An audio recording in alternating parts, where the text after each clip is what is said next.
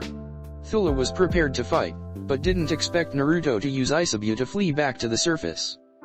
In my watery depths, or under the rays of the sun, Thulu called out as his wings propelled him forward with an amazing force, surpassing Naruto, whose eyes were wide. There is no hope for you. Now drown in my madness. Thulu's arms wrapped around Isabu, making the turtle grunt as the arms restrained him. Naruto smirked, which didn't go unnoticed. What's so funny, Sage? Thulu demanded as he got in closer, its body ensnaring more of Isabu. It's funny. Naruto chuckled as he glared at Thulu right in its eyes. Because I forgot how we ninja excel in the art of deception. Because I have you right where we want you. Naruto inhaled nearly all of his oxygen, his cheeks puffing out. He exhaled, spewing black ink into the water, blinding Thulu.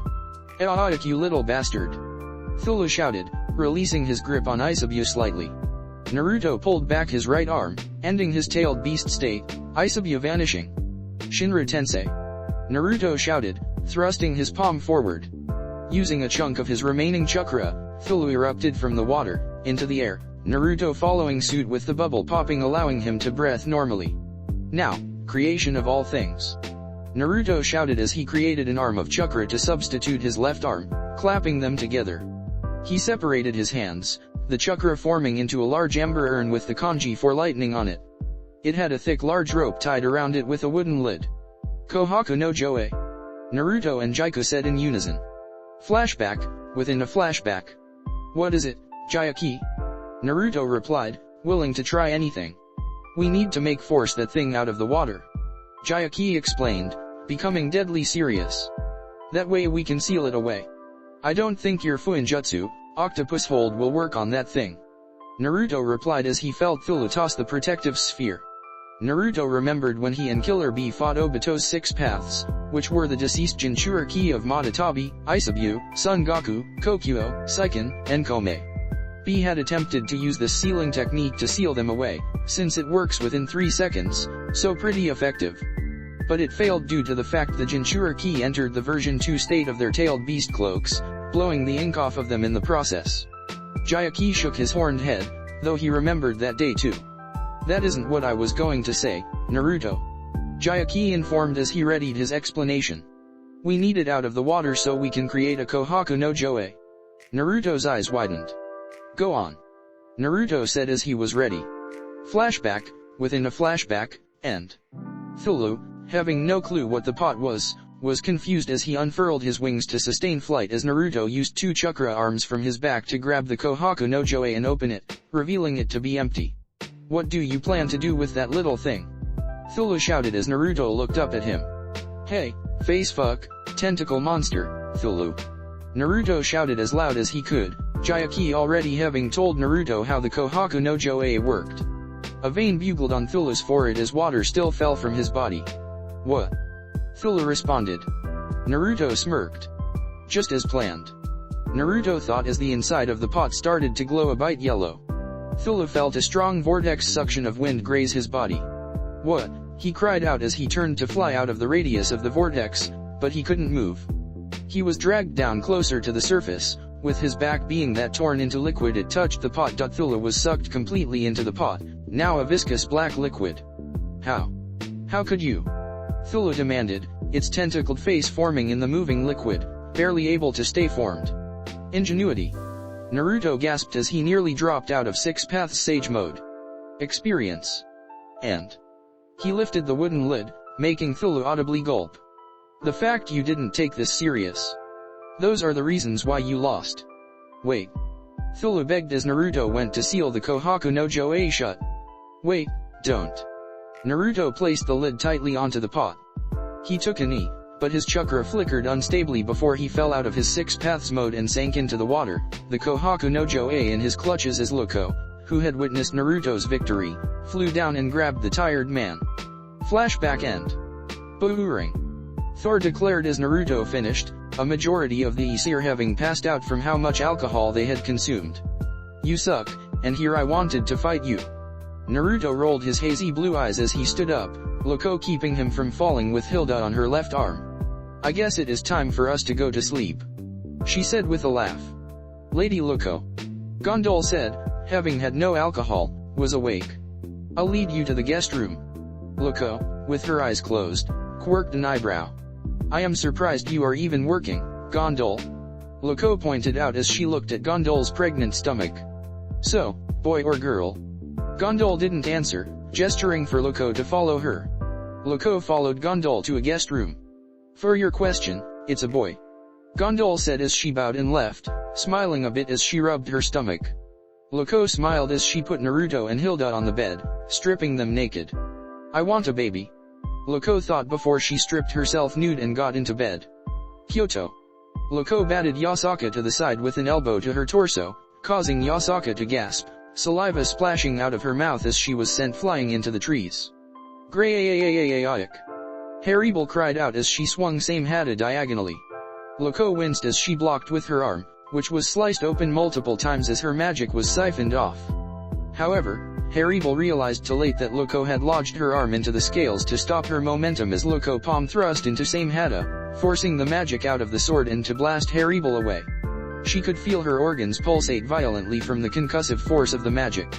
Loco spun on the ball of her foot and kicked Akasha, who blocked with her arm, grabbing the leg. Loco avoided a Jijinto strike using her flexibility and contortion ability to put Akasha in an octopus hold. Akasha grit her teeth, biting her lip. Her black blood spurted out in massive amounts under Akasha's control. Loco watched as the blood drops formed into clumps before hardening and extending into needles. She was impaled by 2 of them as she pushed off of Akasha, who stumbled to the ground as her blood returned to liquid form as it hit the ground. You are getting better at using your blood as weapons. Loco commented as she removed the 2 that got her, they too returning to liquid once out of her hand. I got you now. Yasaka shouted as she appeared behind Loco with a raise-non in hand. Loco smirked as she vanished, being replaced with Harem. Yasaka failed to stop herself in time, her attack striking Harem in the shoulder. Phew-you-you-you-yug. Harem screamed in intense pain, her flesh rending to the extreme rotation of the raise-non.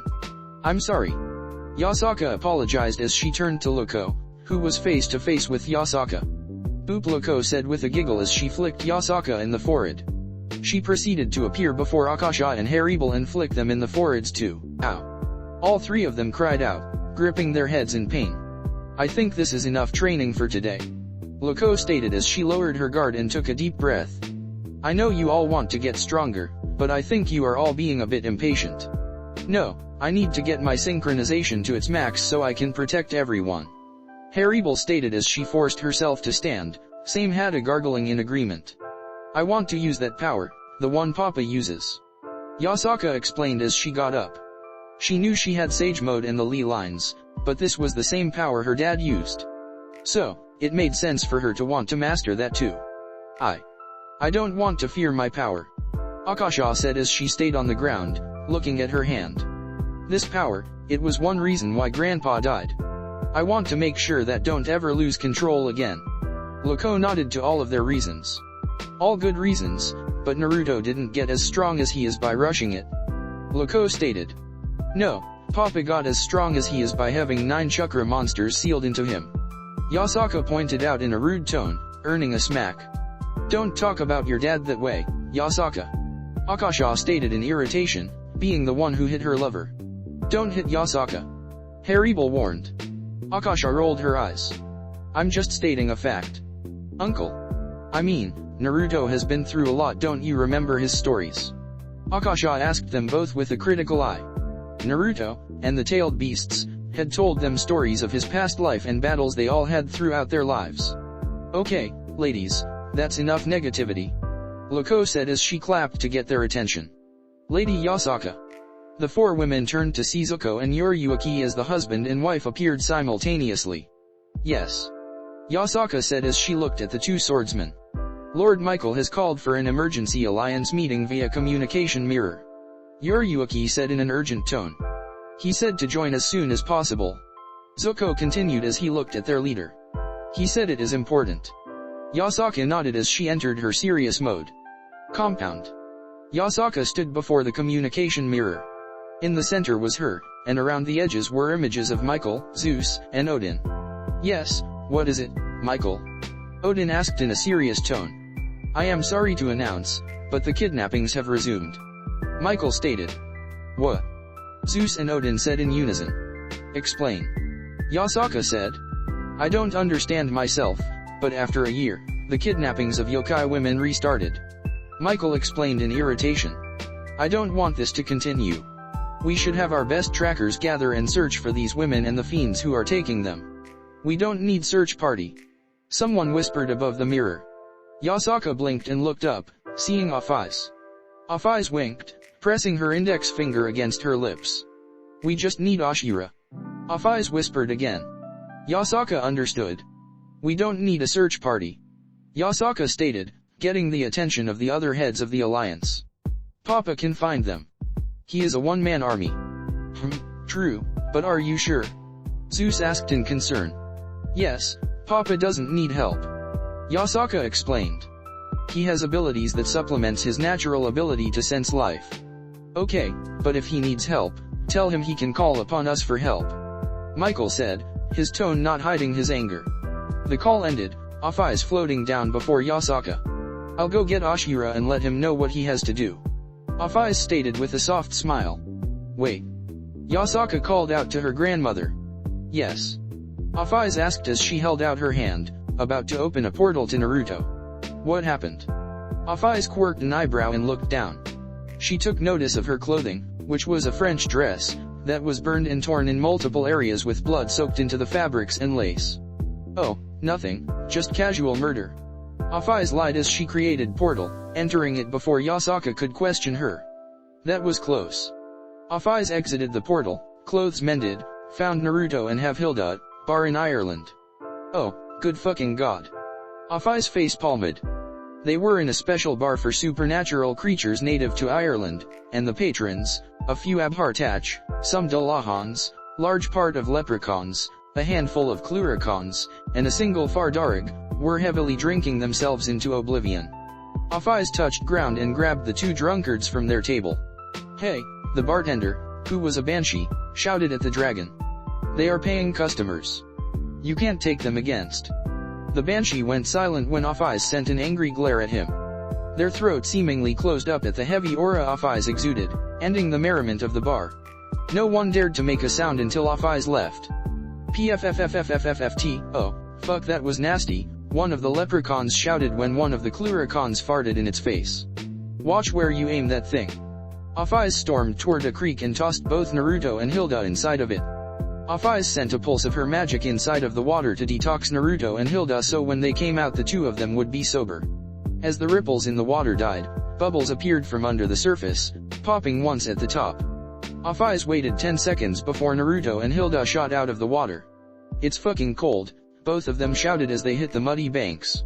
"Good, you're awake, Ashira, Hilda," Aphies stated with her eye twitching. "What the fuck was that for, Aphies?" Naruto shouted as his body started to shiver. Which ended pretty fast as he activated boil release. The steam he emitted dried his clothing as it warmed him up, prompting Hilda to hold on to him. "There is a situation and you, Ashira, are going to be the one to solve it," Aphies told him before explaining the reason why she was there. "We are to search for these women and the beings who was doing the kidnapping."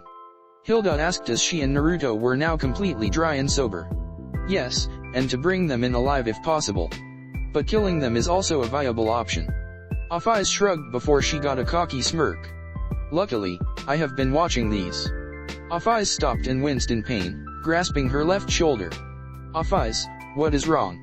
Naruto asked in intense concern. It's nothing, Ashira." Aphies mumbled out before Naruto closed the gap and removed her upper clothing enough to reveal her shoulder. She bore a nasty, infected burn on the limb, above her elbow and to her collarbone and shoulder blade. "Aphies," Naruto said in shock. "What is causing this?" Aphies pulled out of his grasp and stayed silent as she focused on healing her body, the wound sizzling with steam as her flesh healed itself, the red infected areas being replaced with clean, healthy skin. "It is nothing, Ashira. I was just clumsy," Aphies stated, unable to look Naruto or Hilda in the eyes. "As I was saying, I know where the people who are doing the kidnapping are hiding." Naruto and Hilda quirked an eyebrow as Aphies adjusted her clothing. "You knew?" Hilda asked in disbelief. "Why didn't you tell Michael, or Yasaka?" "Because it has to be dealt with by Ashira," Aphies stated as she floated a few feet from the ground. "It is too dangerous for Yasaka at the moment, and Michael would most like get blinded by anger and perish." "Aphies, what are these people doing?" Naruto questioned. Aphies' tone was not playful or sarcastic. It was a steely cold serious one that Naruto had never heard from her before. "You will see when you get there," Aphies stated as she turned. "Follow me." Aphies opened a portal. Naruto and Hilda entered, Aphies appearing as the portal closed. "Where are we?" Hilda asked as she looked around and took notice they were in a snowy mountain area. "We are in the Himalayas," Aphies stated as she was adorned in a thick animal hide coat, covering her entire body, which made her look like a show that had a kid wearing an orange parka. "Damn, it's..." Hilda started to say, before she took Naruto's hand and allowed his chakra to coat her body to keep herself warm. "The beings who are kidnapping the women wanted a secluded area," Aphies explained as she led Naruto and Hilda toward a small cavern. "Makes sense," Naruto agreed, Aphies nodding as she pulled the hood down. She touched the wall and it cracked, revealing a door. "I'll leave it to you, Ashira, Hilda," Aphies said as she looked at them. "Please, be careful." Aphies vanished slowly, her concerned face never leaving as she faded away. "One day, Aphies, you will tell me what is going on," Naruto thought as he squeezed Hilda's hand before they entered the door. Inside, they found the stone walls slowly convert into man-made structures. Lamps appeared and after some time they were replaced with magic lamps that hummed in light and magic. "This feels scientific and familiar," Hilda said as she looked around, her parasol gripped tightly in hand in case of an emergency. Naruto stopped and looked around. "It reminds me of Castle Dracula," Naruto admitted slowly. Hilda bit her lip. She didn't want to admit it, but Naruto was right. The Gothic architecture was too similar to be deniable. Instead of continuing, Naruto activated his Byakugan and scanned as far as possible. "This part is just a normal house, but there seems to be a lab beneath it," Naruto said as he entered Sage mode, instantly being taken aback by the energy signatures he felt. 1, 2, 3, 50 creatures that bear familiar signatures. Naruto thought as he felt/saw the bee creatures doing their everyday tasks. Then there are 9 large clusters of familiar energy with 9 identical ones that are smaller. And a single signature that is. Naruto turned his Byakugan off as he gripped Hilda's hand. Devils! Naruto hissed. Dear. Hilda asked as she saw how upset Naruto was from the scowl he wore. It appears that devils are behind this. Naruto said as he released Hilda's hand and took a few steps away. Stand, right there. Hilda took a few steps back as Naruto powered up to Kurama Chakra mode, the cloak of chakra billowing behind him before 9 long chakra arms extended from his back. As 9 Raisengans formed, the hands were thrust into the ground, grinding through the earth, making a shortcut to the laboratory beneath them. A little flashy, but it gets the job done. Hilda said with a shrug as she watched Naruto burrow deeper as new Raisengans were created. A few minutes prior. Zelda wiped her forehead of sweat. Zalgia is off talking to our 3 associates right now. She thought tiredly as she looked over the takes of orange fluid. Inside were 9 children, their growth forcibly enhanced. They all looked as if they were 9 years old. They are all doing well, however. She thought as she looked at a specific tank. This one, she seems to be doing better.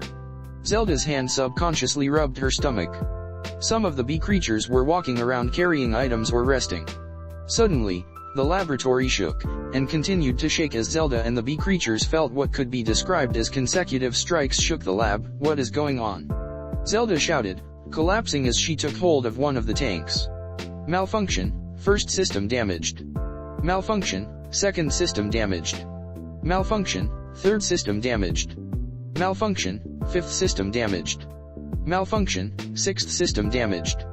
Malfunction, seventh system damaged. Malfunction, 8th system damaged. Malfunction, 9th system damaged. Zelda gasped as the machinery burst. The sustaining liquid hitting the ground. 8 individual screeches of pain and suffering pierced through the air, making Zelda cover her ears, which were ringing. No. She screamed out before the ceiling collapsed, Naruto appearing. Gasp it's you. Naruto ignored Zelda as he used his chakra arms to grab the screeching creatures. His face became more enraged as his theory was confirmed. These creatures have my chakra in them. Naruto thought as he siphoned off their chakra. As the last drops of the chakra in each one was taken, they went silent. Their bodies were dried out husks, mummified to a degree as Naruto retracted his chakra arms and turned to Zelda. Zelda, now out of her initial shock, pushed herself up and ran to the remaining container. Please, please. She begged to no one as she checked over the machinery and the tank itself as Hilda came through the hole, sword drawn. What are these? Hilda asked as she took notice of the dead creatures. I don't know, but they had my chakra. Naruto stated in an angered tone as he stepped toward Zelda, ready to get answers.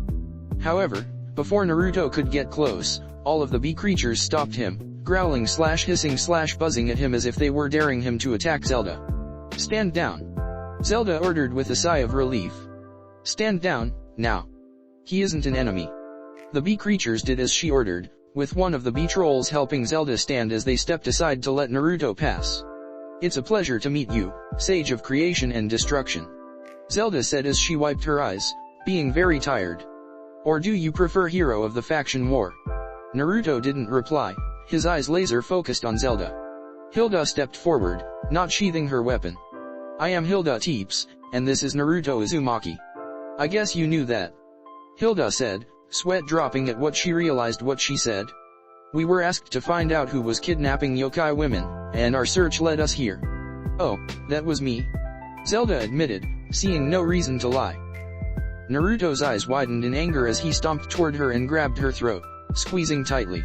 Zelda gripped his wrist as she was choked, her throat constricted. Naruto, let her go. Hilda demanded, not wanting to leave this place without answers. Naruto squeezed Zelda's throat. It was so easy to make another small squeeze and she would be dead. Naruto released Zelda, who gasped for air as Naruto powered down. Why did you do this?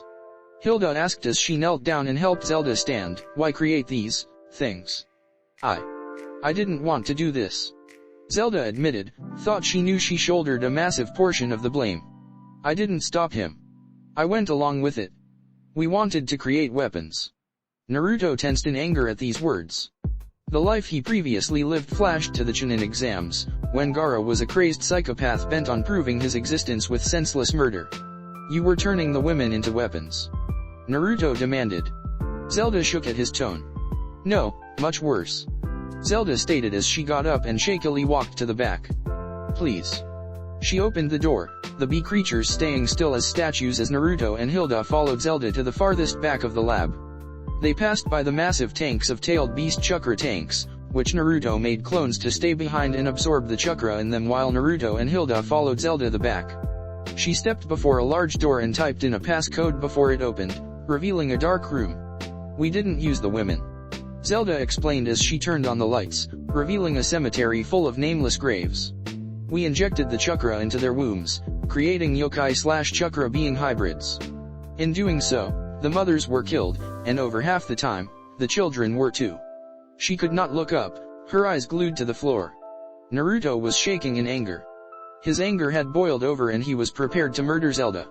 It's okay, Zelda stated as she started to cry with a bright smile. You finding me means that this nightmare can end. But I just ask you one thing before you kill me. Hilda stepped between Naruto and Zelda. What is it? Hilda asked the shaken, most likely broken, woman. Zelda shook before she opened her mouth, but no words came out as her eyes widened as she looked behind Naruto and Hilda. I thought it was strange there was a massive hole in the entrance of my home. A male voice stated, making Naruto and Hilda turn to see Zalgia. In his hand was a vial of bright green liquid. Zalgia. Zelda gasped as they witnessed the man inject the syringe into his neck. As its contents funneled into his body, thick veins bugled around his feeble old body. Zalgia grunted/screamed in pain as his bones popped as they expanded, his muscles bloating and enlarging as he grew in height, tears in his body revealing bone as said bones were piercing through parts of his limbs and torso. Zalgia flexed his body, now a hulking brute, and stomped forward, arms at his side as he roared, his body flooded with Naruto's chakra as four tails tore through his tailbone. The green veins on his body glowed brightly. Again, what the fuck? Naruto shouted as he re-entered Sage Kurama mode, Hilda moving to defend Zelda. Zalgia grunted as he charged forward, pulling his arm back as Naruto rushed forward, his arm being coated in chakra taking the form of Kurama's hand in a fist as they punched each other. It's okay, Zelda stated as she started to cry with a bright smile.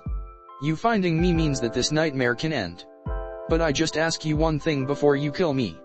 Hilda stepped between Naruto and Zelda. What is it? Hilda asked the shaken, most likely broken, woman. Zelda shook before she opened her mouth, but no words came out as her eyes widened as she looked behind Naruto and Hilda.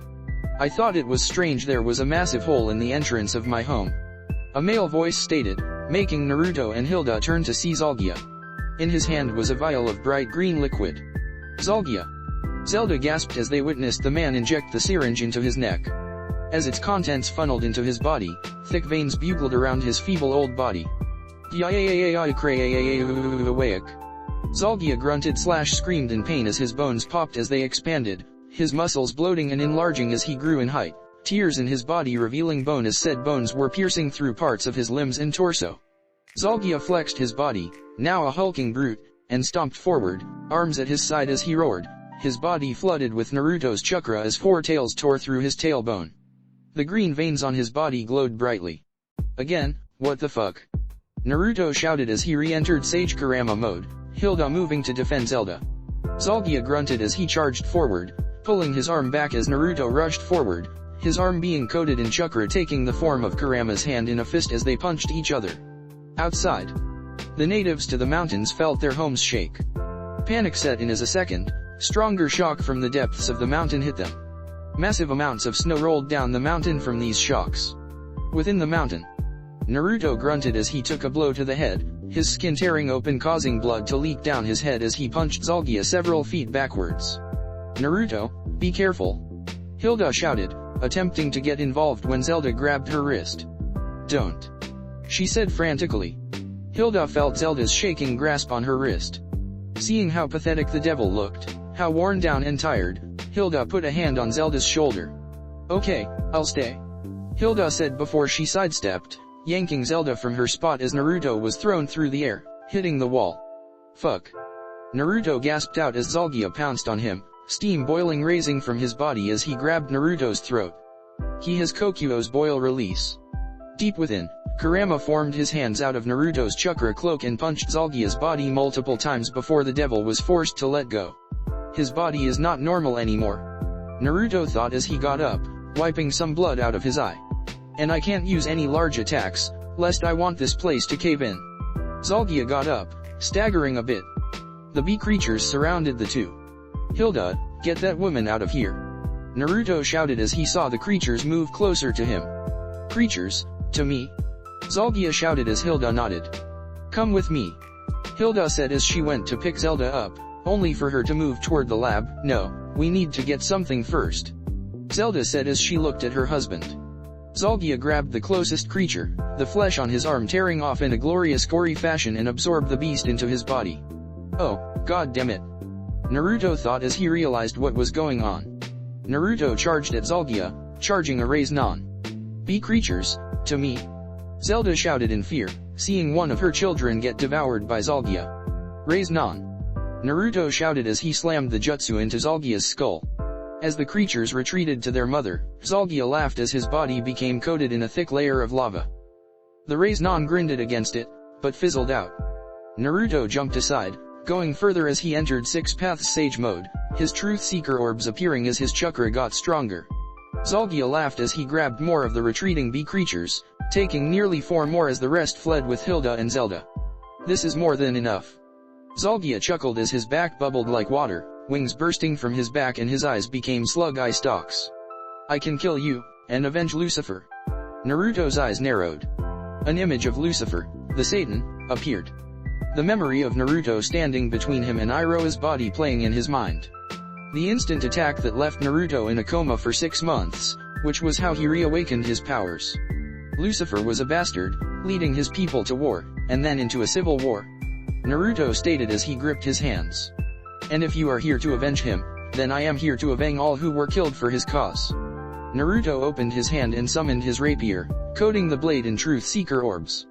Zalgia chuckled as his body hulked over Naruto's. You think that little toy can stop me? He laughed as he charged at Naruto again, the intense heat of his lava-coated body permeating through the floor, setting it ablaze as Naruto slashed at him. Meanwhile, the remaining bee creatures encircled Hilda and Zelda as the devil female worked on the remaining container. What is this? Hilda asked as she watched Zelda at the computer, typing in commands as she frantically looked from the screen to the tank. My.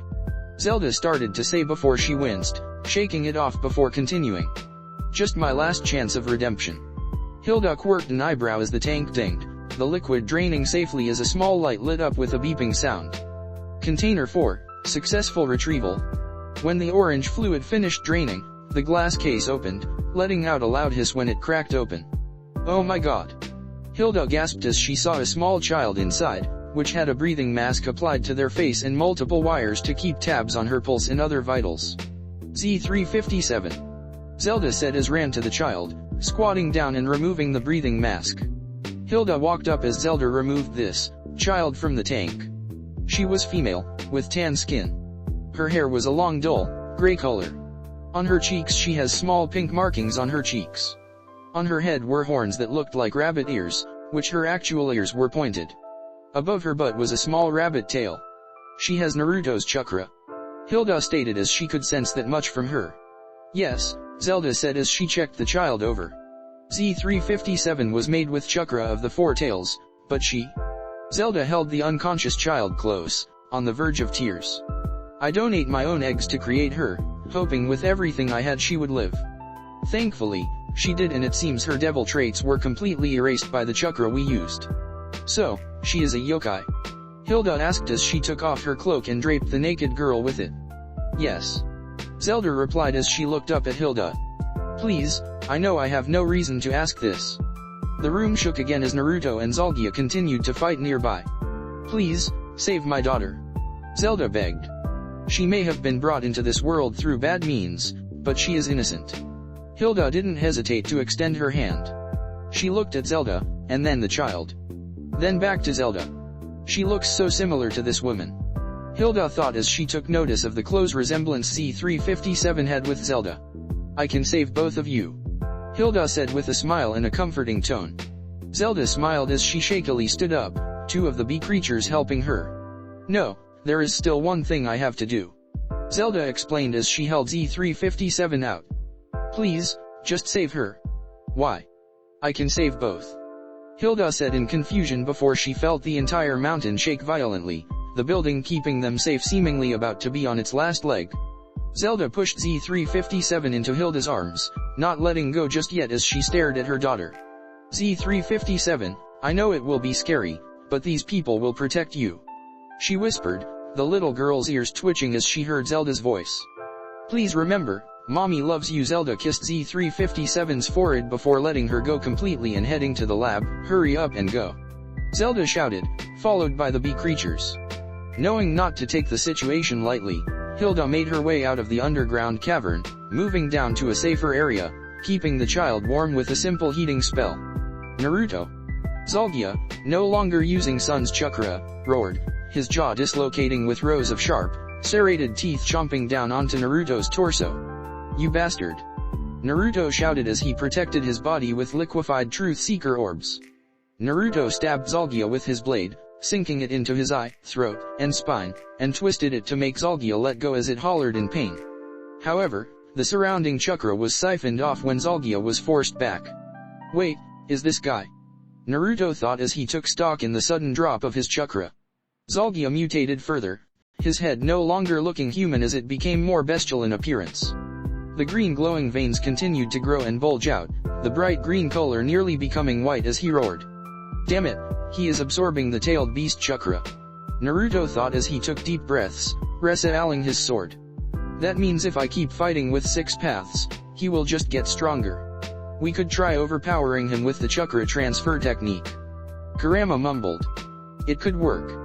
Naruto didn't have time to think as he ducked under the wide swing of the Berserker Devil thing. He disengaged his 6 paths mode and opened his Rain Sharingan. What are you doing?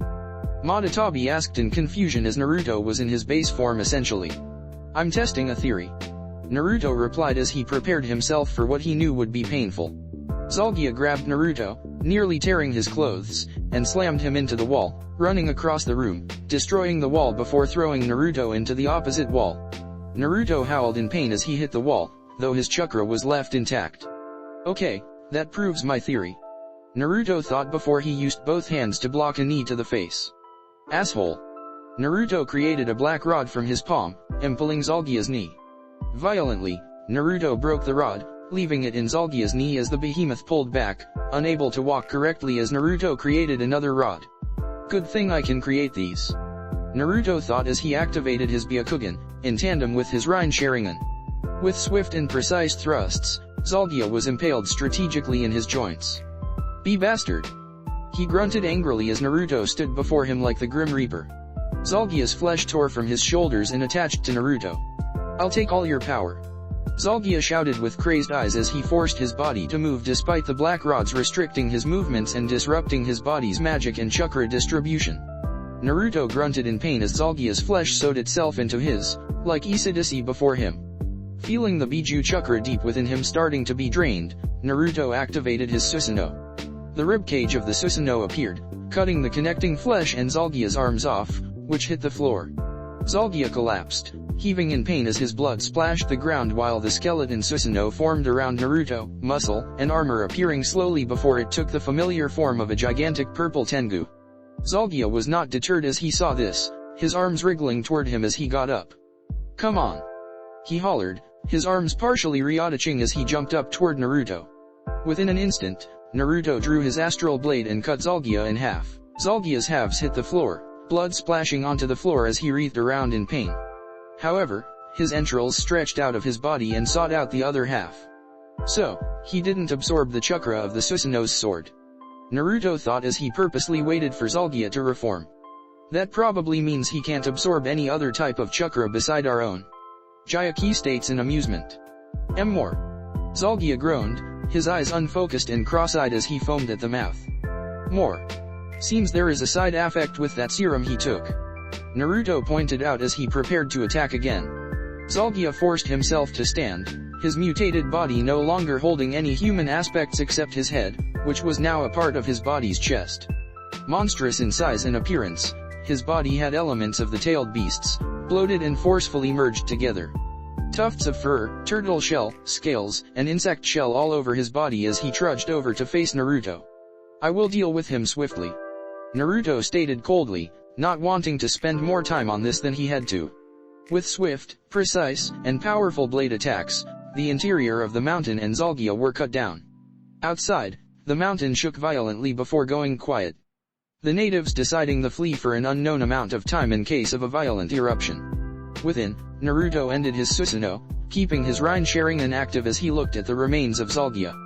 Instead of letting him reform, Naruto summoned a few shadow clones, all of them activating Sun's lava chakra cloak and burning them until there was only one segment left. Zalgia's humanoid head and shoulders. His eyes were deformed, his head looking like a certain serial killer from a specific summer camp. Mixed in were parts of the tailed beasts, small patches of fur, scales, slimy ski and rough hide. Parts of Jayaki and Kokyo's horns poking out of his head in their respectful places. Kill. He gravely moaned. Kill. Lucifer. Avenge. Naruto looked down at the lowly creature as he held out his hand, creating another black rod. Instantly, 4 rods impaled Zalgia, causing a high-pitched squeal of pain to ripple through the hollowed mountain as the rods not only kept Zalgia in place, but kept him from attempting to attack him. Now, we are going to end this. Naruto thought as he summoned his rapier. Naruto turned, his blade at the throat of Zelda. Zelda flinched, her hands throwing themselves to the sky with the remaining bee creatures behind her, growling at Naruto. Oh, it's you. Naruto said as he lowered his sword, returning his attention to the groaning pile of flesh. Zalgia. Zelda gasped as she followed Naruto's gaze. Don't. Naruto said as he kept her from getting too close. He is able to absorb things, taking them into his body, gaining their power. Oh my god. Zelda gasped as she felt weak in her knees. Is this what he had been working on with the serum? Naruto quirked an eyebrow. That thing he injected into his body? Naruto asked stupidly. Zelda nodded her head. Oh, my name is Zelda. She stated randomly, remembering she hadn't introduced herself. While I worked on making the bee creatures and the little ones, Zalgia worked on this serum to try to weaponize your chakra internally, but he was never able to figure out how to make it work without the horrendous side effects. Naruto gripped his sword tighter. This is what happens when you fuck with things you don't understand. Naruto stated as he walked closer to what was Zalgia. But you won't harm anyone else. No. Zelda shouted as she jumped Naruto, grabbing onto him. Let me go. Naruto shouted as he fought against the scientist, pushing her off of him. No, I need to do it. Zelda shouted as she forced herself to stand between Naruto and her husband. And how do I know you will kill him? Naruto asked as he didn't trust Zelda. How do I know for sure you won't keep him alive and feed him those creatures? Zelda shook. Her body was pale and clammy. Cold sweat beaded upon her face as she stared Naruto in his normal eyes, ignoring the Sharingan and reading her body language. Because I have set this place and myself to explode. Zelda stated as her body was covered in archaic runes, which were old magic runes. And them? Naruto asked as he gestured to the remaining bee creatures. They are too. Zelda stated as she activated the same runes on them. If they are destroyed, I feel like the chakra could either return to you or fade into nature. Naruto didn't want to leave anything to chance with this. He created a number of clones and each of them drained the bee creatures of his chakra. Surprisingly, they were kept alive through the runic magic that Zelda had inside of them, but they now lacked all signs of life they had before. If I have to face you again, Naruto said as he dispelled his shadow clones, the chakra being restored to him at last. Then I won't show mercy. Zelda shakily smiled. Thank you. She gasped out, bowing to him. Thank you. Naruto ignored her as he left, the nearly dead bee creatures and Zelda alone with Zalgia's remains. Zelda. Zalgia gasped out as he watched his wife turn to him, tears running down her solemn, smiling face. Damn. You. Associates. Lucifer. Lucifuge. Kiryuan. Zelda ignored the words of Zalgia, walking up to him, removing the rods. Once the last one was pulled, Zalgia jumped her, intending to consume her to keep himself alive, prompting the bee creatures to attempt to pull him off, but this backfired as he started to consume them as well. However, Zelda embraced him, her arms around his deformed face. It's okay, for we shall sleep in the tomb of my creation. Zelda stated softly as the runes on her body and the bee creature's glow increased into becoming white. Zalgia let out one last pain scream as a massive explosion atomized him, Zelda, and the bee creatures. Naruto, who was outside, watched as the mountain caved in, heavy avalanches happening, to which his clones helped slow down and stop to save the natives. It seems like there is nothing left. Naruto thought as he could not sense nor see any remains of his chakra under the debris with his Sage Mode enhanced Rain Sharingan. Sensing Hilda nearby, Naruto's eyes widened when he felt Son Goku's chakra right next to her. Oh, son of a bitch. Naruto thought as he located Hilda and teleported straight before her. Naruto! Hilda shouted, from Naruto's sudden appearance. Where? Naruto started to say before he went silent as he saw the sleeping girl in Hilda's arms. He could see Sun's chakra in her chakra paths, causing him to go silent. Who? What? Naruto tried to speak as he looked at Hilda. She was the only survivor. Hilda explained as she held the girl closer. That woman, it's her daughter. She asked me to take her. She is innocent, Naruto, so I decided to do that. Naruto, while not angry, could not figure out what to say. Making strange faces to attempt to speak for several awkward minutes. What is her name? Naruto stupidly asked, his brain short-circuiting. Her mother. Zelda. Hilda tilted her head. That was the woman's name. Naruto explained. Oh, okay. Zelda said her name was. Hilda looked up, trying to remember. Z357. That is stupid. Naruto and Hilda spun on their heels, prepared to fight, when they saw Afaiz, fully covered in snow gear with her face covered. Afaiz. Hilda gasped out, her heart racing as she took a deep breath to calm herself. You have got to stop doing that, Afaiz. Naruto stated in irritation. Afaiz ignored them as she looked at the little girl. Z357 is a stupid name. Afaiz stated again, cupping her chin in thought before snapping her fingers when a candle lit itself above her head. How about Zest? Underworld. In an old castle owned by a deceased devil pillar family, multiple candles were lit on a small table, strewn with paperwork. Outside, a gigantic rainstorm raged, the violent pitter-patter of rain hitting the windows and the roof echoed through the halls of the should-be-empty castle. It seems our associate, Zalgia, and his wife Zelda, have perished. A man stated to his two comrades. It was inevitable. Zalgia had been in poor health for many years. The other man said as he wrapped his hands against the table. I say good riddance. His obsession would hind us more if he was still alive. Although, his research on genetics and the serum will end our valuable assets. Along with the chakra samples he sent us. The only female said with a callous smirk, prompting the two men to grin in agreement. So, since we divided all 9 chakras evenly and replicated Zalgia and Zelda's notes amongst ourselves, that we are at the end of our partnership. The leader said as he wove his fingers together. I don't think we are quite done. The woman stated as she leaned into her arm. I say we stay in contact, so if one of us dies or is killed, our research and resources won't be taken by any unworthy individuals. Like the Satans, the angels, or Azazel. I agree, so I second her proposition. The second man said, pushing some hair out of his face. If my sister found out about my sacred gear research, she would not hesitate to stop me.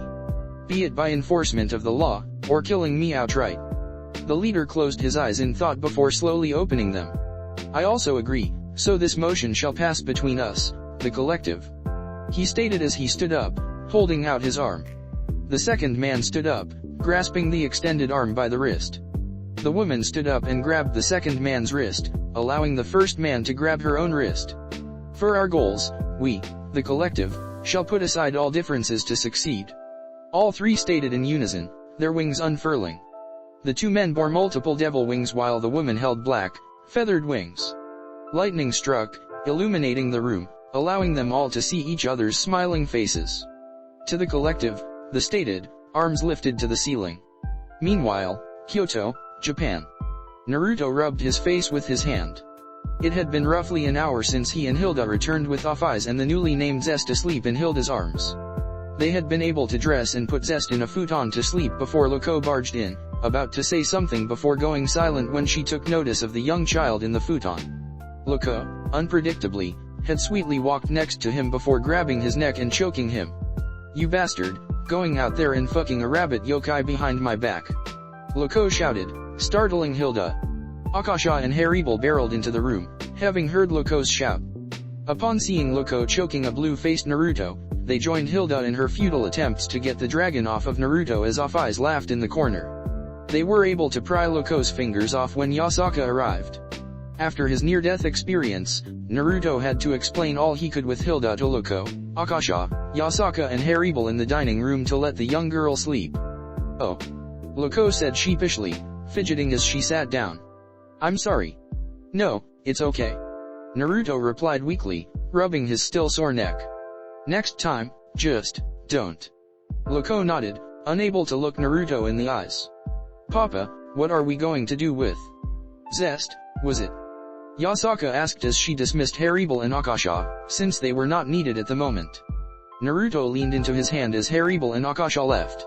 "Honestly, I am not sure," Naruto replied honestly to his daughter, getting a serious look from Loko, Hilda, and Off-Eyes. "She was created through magic and science. She was made from Sun's chakra and the eggs of the woman who created her. Yes, Zelda told me that Sun's chakra was able to override her genetics," Hilda added as she looked at Yasaka. "Meaning she is a true yokai with tailed beast power. But it doesn't explain why she is a rabbit when Sun is a monkey." Off-Eyes chuckled. "What is funny, Off-Eyes?" Naruto asked, not finding the situation funny at all. A devil woman's genetics were removed by a power that is only one part of what was originally a single whole. Off-Eyes replied cryptically.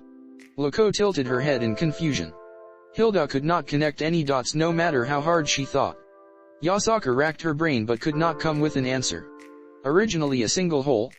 Naruto repeated in his head as he thought about what he knew. "The only things that I know that started as a single whole are the Biju, but that doesn't." Naruto's eyes widened. No. He thought as he dwelled on it. "It can't be. Off-Eyes." Off-Eyes turned to look at him. "You aren't saying that the reason why Zest is a rabbit is because of Kaguya being the origin of the tailed beasts?" Naruto said in restrained concern and worry. Off-Eyes pointed her finger at him. "Bang," she said as she moved her hand back like a gun. "You got it right on the first try, Ashira. Mom is proud of you." Naruto shook as Yasaka gasped. "Kaguya," he thought with grit teeth. "Naruto?" Hilda and Loko asked in concern. "What is wrong?" Kaguya was a powerful opponent that Papa faced. Yasaka told them, knowing Naruto would attempt to hide it. He and his friend Sasuke were able to seal her away.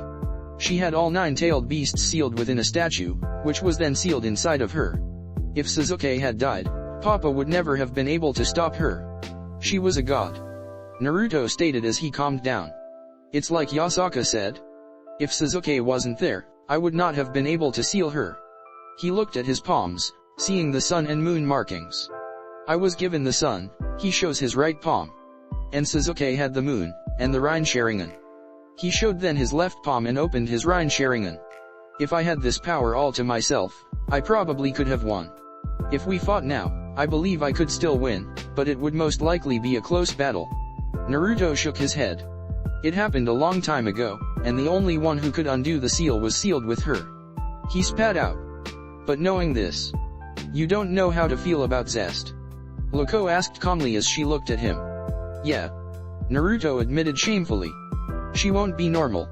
Zest might or might not have any 6 paths powers because of this. I am." Yasaka, having enough, walked up and bonked Naruto on the head hard enough to make his eyes bug out. "Yasaka!" Naruto shouted in irritation and pain while a large welt blossomed on his head. "Papa, you are overthinking this," Yasaka stated with a deadpan expression and tone. "Just raise her. If something happens, then we will help you. It is that simple." Naruto didn't think. "You're right," he said as he looked away. "But I am afraid that I might not be able to just raise her." Before they could continue their conversation, there was a weak knock at the door. Loko got up and opened it, looking out and seeing no one, even when she checked the halls. Excuse me?" A soft, childish voice mumbled, causing Loko to look down and see Zest standing at the door. Zest looked up, showing Loko her lime green eyes. "Where am I?" Zest asked as she looked at the strange woman. "You are in Kyoto," Loko said with soft tone. Smiling, she squatted down to be eye and level with Zest. Zest started to shake. I am not supposed to be here," she stammered, eyes starting to water. Lady Zelda and Lord Zalgia, did they abandon me? No, they didn't. Naruto stated as he approached the door, staring down at the child, who looked at him, tears streaming down her face. Naruto's heart squeezed itself as he looked at her. Kneeling down, Naruto reached out. Zest flinched, eyes closing, expecting to get hit. Gentle hands caressed her cheeks, thumbs carefully wiping away her tears, causing her to open her eyes in confusion. Your mother didn't abandon you. Naruto explained calmly, which made Yasaka, Loco, Hilda, and Offeyes nervous. Your mother, Zelda, fought to protect you from Zalgia. In the end, she entrusted you to me. Is she dead? Zest hiccuped. I am sorry. Naruto replied. Zest could barely hold her turmoil. Dedu does this. Zest wiped her nose, snot smearing her sleeping yukata sleeve. Make, you, my dad. No, it doesn't. Naruto stated bluntly. Naruto. Loco gasped. Be nice. Hilda scolded. Don't be mean. Yasaka ordered. All three were appalled at how Naruto was just being honest with Zest. Naruto ignored his family as he stared comfortingly into Zest's eyes, letting go of her face and scooping her into a hug. I am not your father, but I am your master. You are my apprentice. Naruto stated as he cracked a small smile. You can call me sensei. Zest's wall broke. She gripped Naruto's clothing tightly, letting loose a loud cry. Waterfalls burst from her eyes as snot blasted from her nose. Naruto didn't bother as he comforted her. Loco, Hilda, Yasaka, and Offeyes sighed in relief. Kind of roundabout, but it seems Ashura figured out what he is going to do. Offeyes thought before small irritation set it. He is going to make her his apprentice. Why does this feel familiar? Skip. Ow. Zest mildly moaned. Sit still, I'm almost done. Naruto stated as he was behind Zest, washing her long hair with soap as the rest of the residents of the compound prepared to shower. Whistle, I didn't expect you to be into young women, Naruto, Yoriyuki, who was scrubbing her husband's, Zuko, back. Zuko frowned and smacked Yoriyuki with his tail, soap suds that had been on his tail flying into her eyes. Ow, soap in my eyes. Yoriyuki screamed as she shot back, smashing into Loco. Loco jolted forward, squishing Hilda, whose hair Loco was cleaning, against the wall. Yoriyuki slid down the ground, clutching her face. Water! She shouted. Lots of hot water rained down upon the Nikomata, washing the soap out of her eyes. How did you fall? Yasaka asked as she and Harem stood above her with buckets. You know the water walking technique. Well, excuse me when soap gets in my eyes, I panic. Yoriyuki replied with sass. Okay, calm down. Akasha said as she stepped between Yoriyuki and Yasaka. We aren't setting a good example for Zest if we all act like kids. Everyone chuckled as Naruto grabbed a bucket of water and poured it on Zest, washing out her hair. Are we done? Zest asked as she wiped the water out of her face. Not yet, you need to wash your body. Naruto said as he turned Zest around to face a mirror. Do what I do. Naruto grabbed a towel and bar of soap, which Zest mimicked. He scrubbed the towel against the soap, making suds, and then started to clean his body, to which Zest repeated on her own body. Is this the first time you have bathed? Hilda asked as she sat down next to the young child. Zest nodded. Today is the first time I have been out of the tank I was created in. Zest replied. Naruto and Hilda blinked. How did you? Hilda asked in surprise. Lady Zelda would talk to me. Zest stated as she stood up, ready to get into the hot spring. She would talk to all of us, but she spoke to me the most. I see. Naruto said as he got up, took Zest's hand. Let's go to the hot spring. As Naruto and Zest walked out, Akasha watched them. We use with him, jealous. Yasaka asked with a smirk. No, are you? Because she will most likely take all of his time. Akasha retorted. Yasaka stiffened. Guess she didn't think of that. Akasha giggled. The large group finished preparing and filed out into the large hot spring, seeing Naruto resting with Zest on his lap. Oh, that is cute. Loco thought as she and Hilda approached Naruto and sat beside him. The cool air nipped at everyone's skin, which was contrasted against the warm water. That night, Naruto slept with Loco and Hilda beside him, the three adults haphazardly strewn about on the futon, as Zest slept in the same room in a separate futon. Unlike the adults' peaceful sleep, Zest was curled up, shivering with a panicked frown. No. She mumbled, turning to lay on her right arm. No. Dream. Zest smiled as she stood before Naruto, who was smiling down at her. You're doing well, Zest. Naruto said as he patted her head, making her very happy. The sound of ceramic pottery shattering rang in Zest's ears, making her turn, eyes opening to see where it came from. To her horror, she was back in the lab, no longer wearing the gi she had been wearing, leaving her naked. Her heart dropped, beating loudly in her ears and throat as she turned again. Sensei! Zest screamed as she ran to the door, taking a left turn down the hall. Zest ran, her bare feet slapping against the cold stone and wood of the halls as she continued to run. Sensei!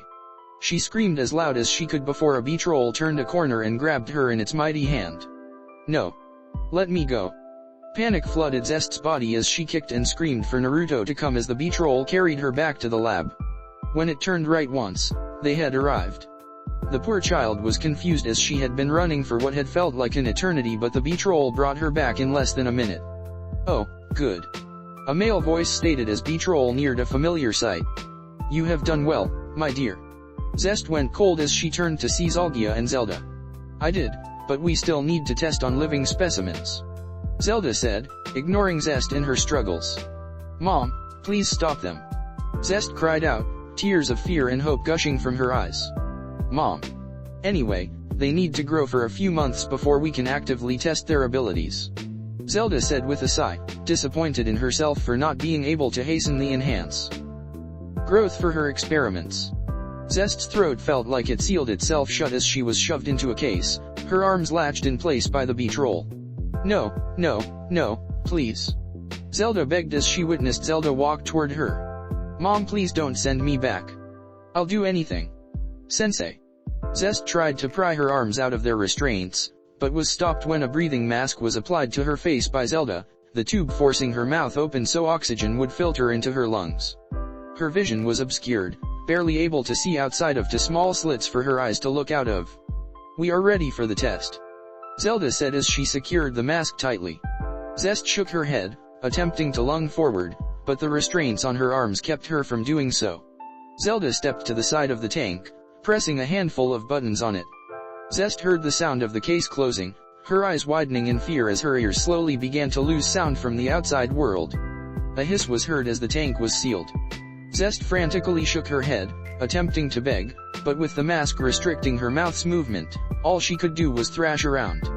Zelda stepped before the case, caressing it with her hand as Zest felt a familiar warm liquid fill the tank. No. She thought as she started to feel hot, staring her mom in the face through the mask's eye slits. No. Zelda held no love in her eyes.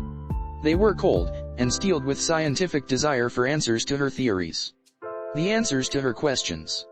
And the desire for achievement. Zest panted into her mask, her body now halfway submerged in the liquid as the sweat on her body started to evaporate. The warm temperature started to rapidly increase until it was unbearably scorching.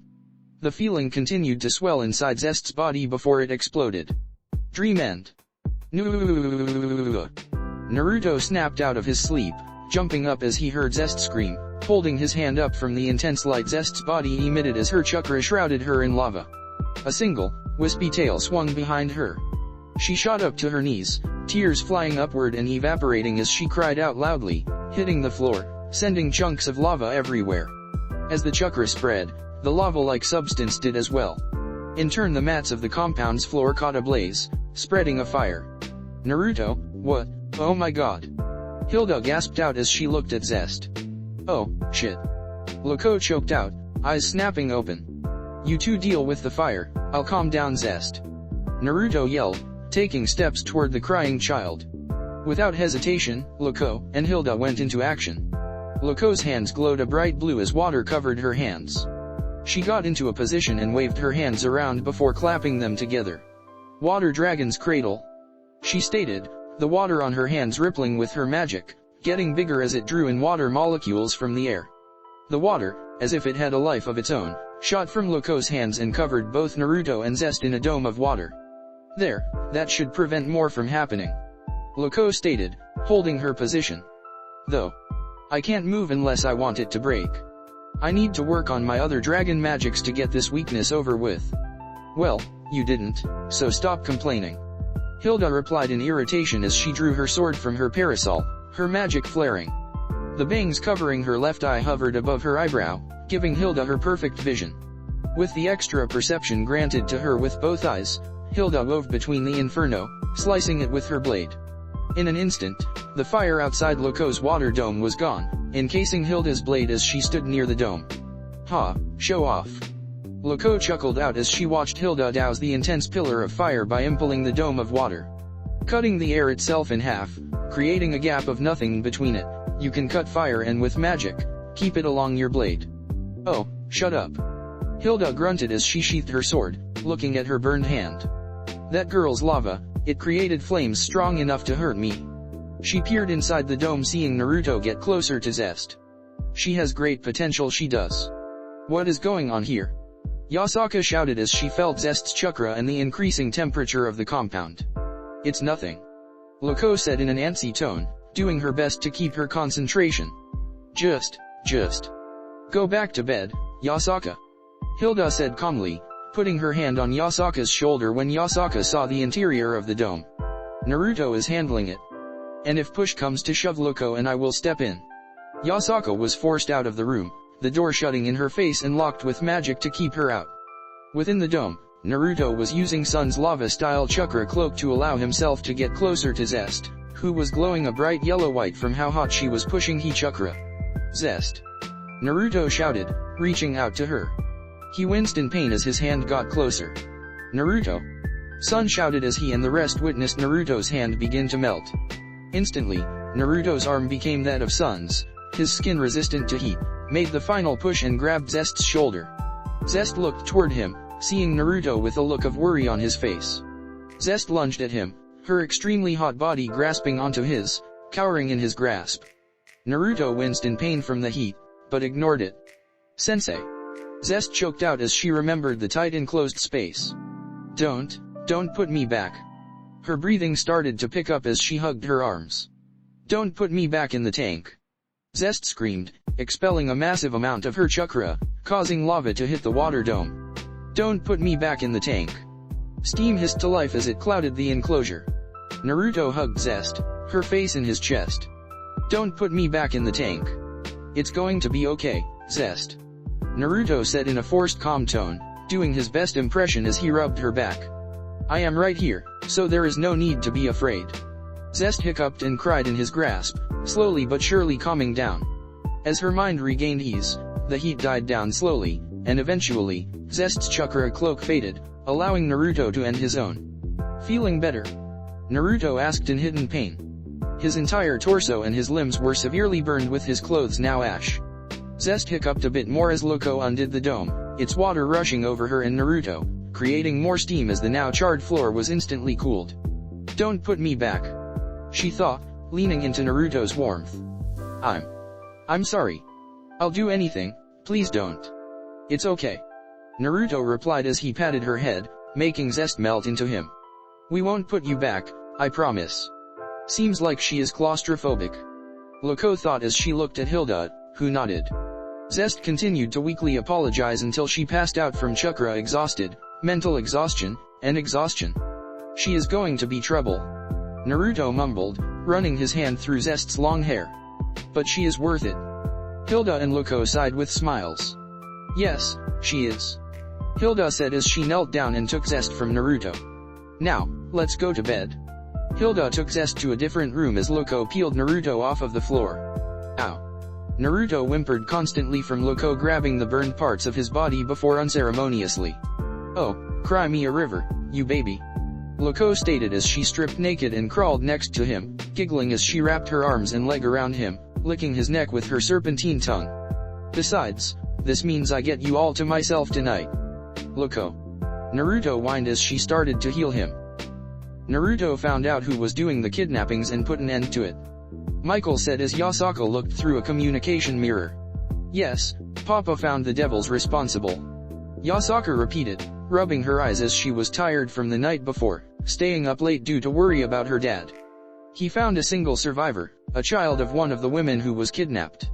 He is going to raise her, due to the fact she has no one left. Naruto is a kind soul. May he never be corrupted.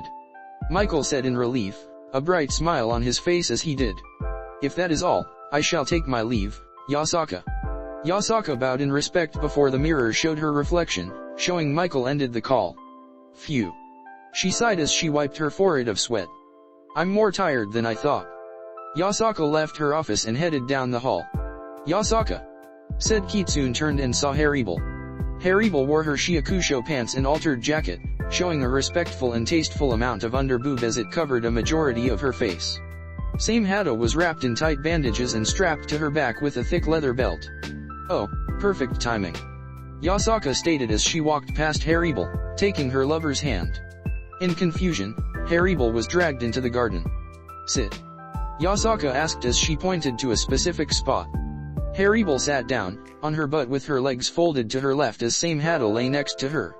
Yasaka sighed with a smile as she laid down, head resting on Haribel's thighs. Yasaka! Haribel shouted in embarrassment. Yasaka's smile grew as she turned on her side and looked up at Haribel lovingly. Be a good pillow and let me rest for a little while, she said before closing her eyes. Yasaka's chest rose and fell with the ease of her breathing, which Haribel watched with a blush on her caramel skin cheeks. Haribel looked around her gills filtering oxygen as she nervously did. I guess I can, she thought as she reached out and carefully rubbed Yasaka's head. A purr came from Yasaka's throat, her ears flattening backwards on her head as she did, her tail swaying softly at the affection Haribel was administering. So cute, Haribel thought lovingly as she continued to pet Yasaka's head. She looked to the sky, not stopping her affection. The garden in which they resided was one very special to Yasaka. She told me once that the flowers here, Haribel thought as she looked around, taking notice of all the various types that weren't native to Kyoto, were planted by Lady Tamamo and Naruto. Oh, there you are. Haribel looked up and saw Akasha, wearing a teal sundress that had white and silver lace as she carried a small bag. Akasha. Haribel greeted politely as Akasha entered the garden and sat next to Haribel.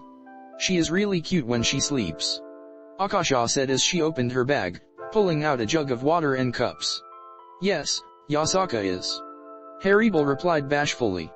As captain of the guard and a member of the Seven Swordsmen of Kyoto, Haribel kept a tough girl persona to her workers and others. But when it came to Yasaka, Naruto and a few others, she would let it down and be more relaxed. Here, Akasha said as she handed Haribel a cup of water. Using her free hand, Haribel unzipped her jacket enough to free her mouth before accepting the cup. Thank you, she said politely before drinking the water. Fresh and cold, Akasha said as she drank hers, smiling brightly that her pink hair and pale skin seemed to glow. Haribel blushed at Akasha's cuteness. I can't look, it's blinding, Haribel thought as she closed her eyes. Poke. Haribel snapped her head down to see Yasaka with a shit-eating grin looking at her as she poked Haribel's exposed muscular stomach. Poke, don't, Haribel shouted, moving to grab Yasaka's wrist. Yasaka winced as the cup smacked her in the forehead, her wrist being grabbed tightly in Haribel's as Haribel visibly panted in embarrassment. Unlike Yasaka and Akasha, Haribel had a visibly muscular body, which she was proud of. But seeing how soft and cute Akasha and Yasaka's skin was, Haribel was envious. I'm sorry, Haribel apologized as she realized what happened. Don't worry, Yasaka started to say before her cheek was pinched and pulled by Akasha. Ow, Akashwa. You should not poke people, Yasaka, Akasha stated sternly with a pout as she pulled Yasaka's cheek tighter. Haribel has told you she is self-conscious about her stomach. Okay, I'm sorry, Haribel, Yasaka stated loudly before her cheek was released. Haribel chuckled, covering her face with her jacket before she bellowed out a laugh. The kitsune and vampire soon joined in the laughter. As it settled down, Akasha was leaning into Haribel, who leaned back, as Yasaka lay across Haribel's lap. Haribel was rubbing Yasaka's head as Akasha rubbed her tails. Their free hands all holding each other, all with a soft smile as they rested in the garden.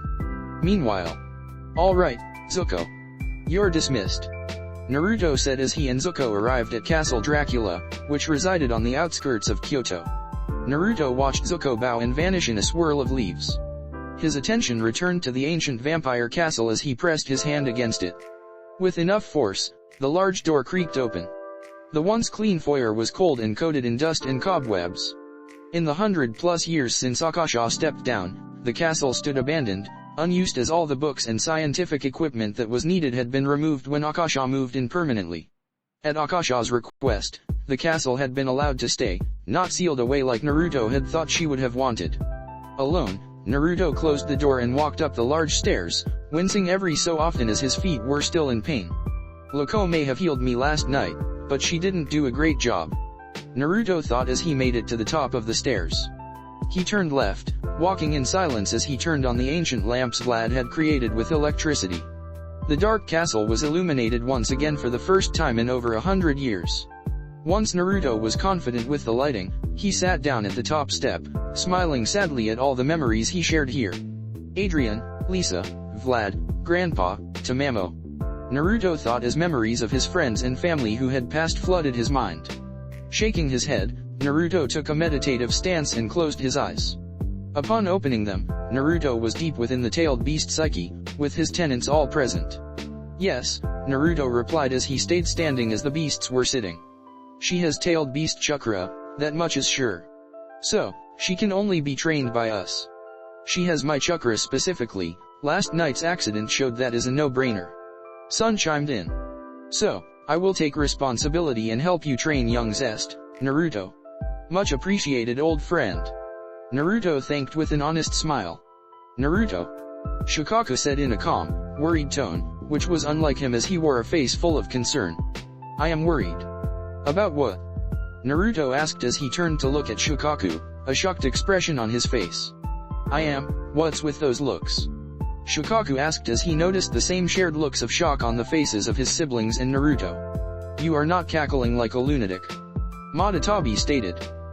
You are talking in a calm manner. Isabu added. You are being polite. Sun gasped. You are soft-spoke. Kokuo continued. You aren't yelling. Saiken mumbled. You are acting strange. Komei chided. You aren't planning anything, right? Jayaki inquired. You are being different. Kurama scoffed. Are you okay? Naruto asked in concern. Fuck all of you. Shikaku bellowed, turning away as he crossed his arms before his chest. Fine, I'll keep my concerns to myself you fucks. Ah, there is the Shikaku we know and love. Naruto and the rest of the tailed beasts sighed in relief. Fuck you. Anyway, what are you concerned with, Shikaku? Komei asked as their voices echoed throughout their shared space. Well, I had been doing some thinking. Pfft, for once. Kurama chided with a smirk. Shikaku lunged at Kurama, intending to strangle the fox with his own tails, but was pushed back by Naruto with a swift Shinra Tensei. Anyway, Shikaku grunted in irritation as he scowled. I am worried about the devil douche who had our chakra. What about him? Jayaki asked in confusion. Naruto confirmed he was dead, so why be worried about a dead man? Because what if he had partners we didn't see?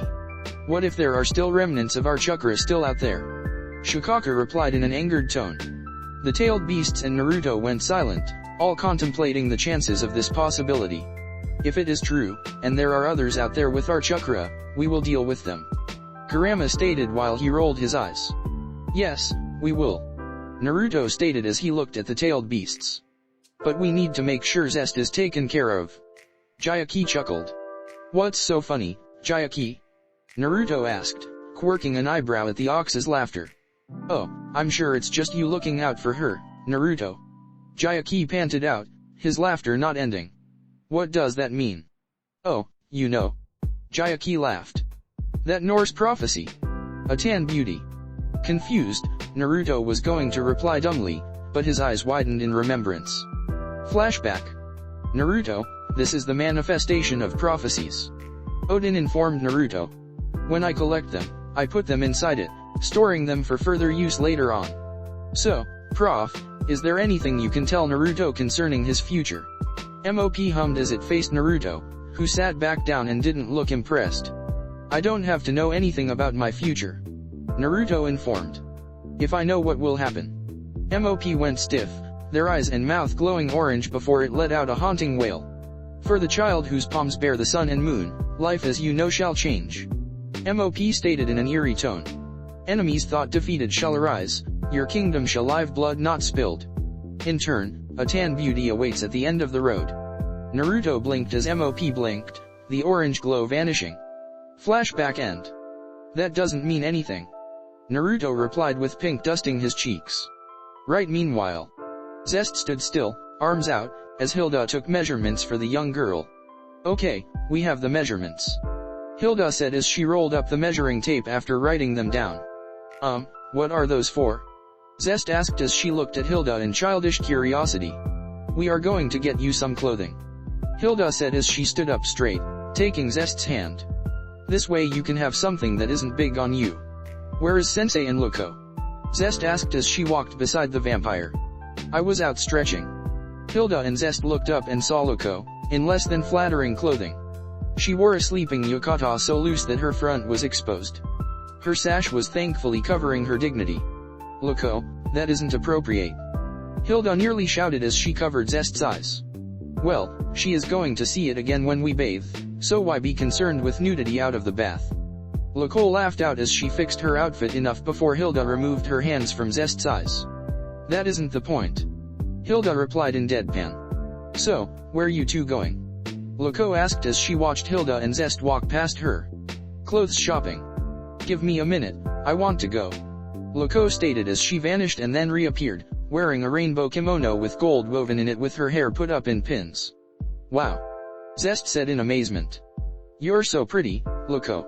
Oh, stop, you're going to make me blush, Loco sang out as she cupped her face in embarrassment. Will I grow up to be like her? Zest asked Hilda as the three of them walked out of the compound. Physically, hopefully, mentally, no, Hilda said with a smirk as Loco gasped. Rude, Loco whined. Hilda chuckled as Zest was confused. What was the joke? Zest pondered as they made their way into town. Evening. Today is the day of Saturn. Today is the day of Saturn, Yasaka sang as she walked through the compound hallways with a large smile and pep in her step. What has you so happy? Harem asked with a small smile, already knowing the answer from Yasaka's constant repeating of the same phrase. It's the day of Saturn, Yasaka said with stars in her eyes. That means we get to go to Nicoya. Harem shrugged with a sigh. True, but you have paperwork. Several shadow clones of Yasaka appeared, all saddened as they trudged of Yasaka's office, leaving Yasaka smiling like a child. Okay, I guess we can go to Nicoya. Harem sighed in defeat. Yasaka led the way as Harem followed her girlfriend. Akasha, we are going to Nicoya, want to join? Yasaka asked her other girlfriend. Oh, I'd love to, but I am busy right now. Akasha apologized as she was swamped with paperwork. She was the head of foreign affairs, so Akasha had to oversee many things from trade to medical aid. Oh, boo. Yasaka whined, her ears flattening. But you could take Zest, bond with her a little, Akasha pointed out, since the three of them had not been able to bond with Zest alone since she was constantly around Loco, Hilda, and Naruto. Oh, you're right, Yasaka said, her hand pressing against her palm as she remembered this. Akasha giggled at Yasaka's antics as she and Harem left, allowing Akasha to sigh in annoyance. Paperwork will never end, she groaned in anguish. Training ground. Papa, Yasaka called out as she and Harem reached the training ground. Naruto's eyes opened as he looked toward Yasaka. Zest was shakily walking up a tree, her knees wobbling visibly in the orange light of the sunset as Loco and Hilda stood nearby in case she fell. Yes, Yasaka? Naruto asked as he stood up, walking to Yasaka and hugging her. Reciprocating the hug, Yasuka pulled back and stared into her dad's eyes. Papa, Zest has been doing well in her training, right? Yasaka asked as she glanced over at the small rabbit, who slipped a few inches before she fell, being caught by Loco. Yeah, she is making progress, Naruto said with a proud smile. Though she takes after me, not in a bad way, but I mean in how she has a lot of chakra, so this kind of training is much harder due to her lack of control for now. Harem smirked, covering her mouth to hide it as Yasaka laughed in Naruto's face, making him frown. Anyway, since she has been doing well, and with today being the day of Saturn, maybe I could take Zest to Nicoya for a well-deserved treat, Yasaka asked Naruto in a matter-of-fact tone. Naruto cupped his chin in thought for 2 seconds before smiling with a nod. That makes sense, and it could be a good motivator, Naruto said as he nodded again in agreement. Sure, go ahead. Hey Zest. Zest, who was again walking up the tree, leaned backward, causing her long hair to follow gravity, to look at Naruto, who appeared to be upside down to her. Yes, sensei, she called out. Naruto motioned for her to come to him, to which Zest jumped from the tree, landing on her knees before springing forward, nearly tripping, to stand before him and Yasaka. Zest, Yasaka wants to take you somewhere as a reward for your training. Naruto explained to the young child. Wishiyu looked. Zest's eyes lit up as at Yasaka. Really? Zest asked in anticipation and giddiness. Yes, Zest. Yasaka replied before she felt the air get knocked out of her from Zest hugging her tightly. No problem. When do we leave? Zest asked with stars in her eyes. Right now, would be a good time, but you should change into something clean. Harem informed, pointing out that Zest's GI was filthy. As the three left, Naruto smiled as he turned to look at Loco and Hilda. I think it is time I go on another journey, this time with Zest, and train her as we go. Naruto told them. That makes sense, but it isn't just going to be the two of you. Hilda stated as she took Naruto's left arm and held it close to her chest. It will be you, Zest, Hilda and me on this journey. Loco continued as she held Naruto's right arm to her chest. What about the school and advising Yasaka? Naruto asked as he snaked his arms around their waists. I can have someone take over as principal.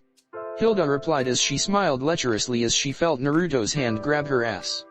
Loco giggled as Naruto grabbed her ass.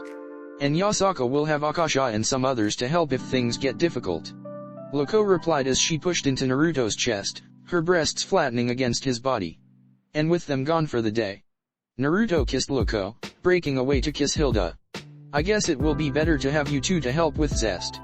Naruto gasped out as he separated from Hilda's lips, a thick string of saliva connecting them. You going to set us up and leave us to dry, or are you going to do a thorough cleaning? Loco asked in a seductive manner. Naruto smirked as he picked both women up with ease. Of course, I wouldn't leave you two like this. Naruto stated as he whisked them to their shared room. Meanwhile, in the restaurant to another world, Zest, Harem, and Yasaka sat at the table. Here you go. Aletta said as she placed the food down. Harem had a large bowl of beef stew. Yasaka had a bowl of ramen. And before Zest was a large chocolate parfait. Slowly, Zest reached out with her spoon and slowly carved out an amount of ice cream, chocolate sauce, and whipped cream. Bringing the frozen treat to her lips, Zest slowly ate it. Her eyes snapped open to reveal giant stars. Delicious, she thought as she started to scarf down the dessert. 2 days later. All right, everything is packed.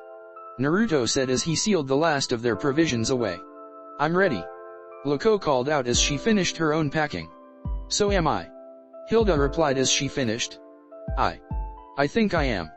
Zest replied as she was not fully packed. You need this and this. Loco said as she added a few more items. And that is all, dear. Okay, Loco. Zest replied as she closed her bag before putting it on her back, securing it tightly. The group of 4 walked out and headed to the gate.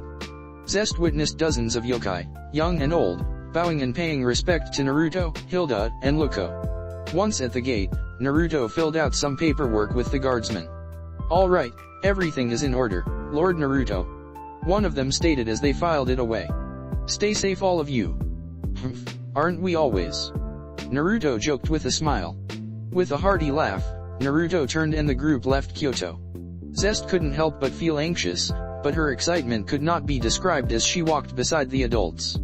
I can't wait to see what they teach me. Zest thought with a very Naruto-like attitude and smile as she ran ahead of them. Hey, Squirt, don't run off. Naruto called out. Zest ignored Naruto, only to crumble when a sudden weight appeared on her shoulders.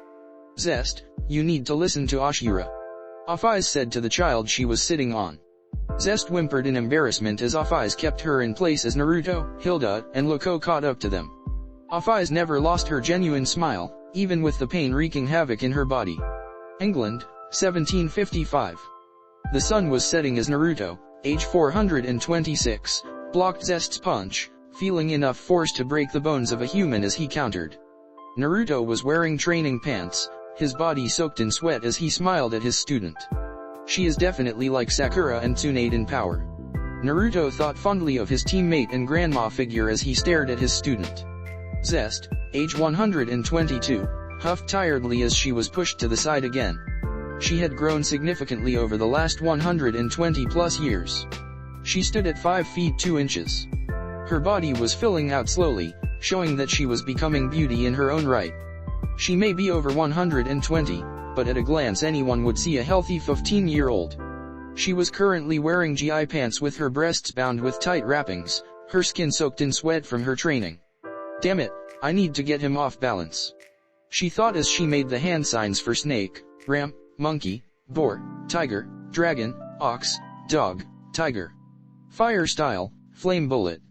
Zest shouted as her cheeks puffed out before expelling the basic fireball technique. Zest sure is better at hand signs than I am. Naruto thought as he jumped to avoid the flame bullet. Thank you Off-Eyes for showing her multiple earth and fire jutsus you saw while watching the Indra and Ashura reincarnations before Sasuke and I. Now. Zest thought as she made the hand signs for dog, snake, horse, tiger, snake, dog, tiger.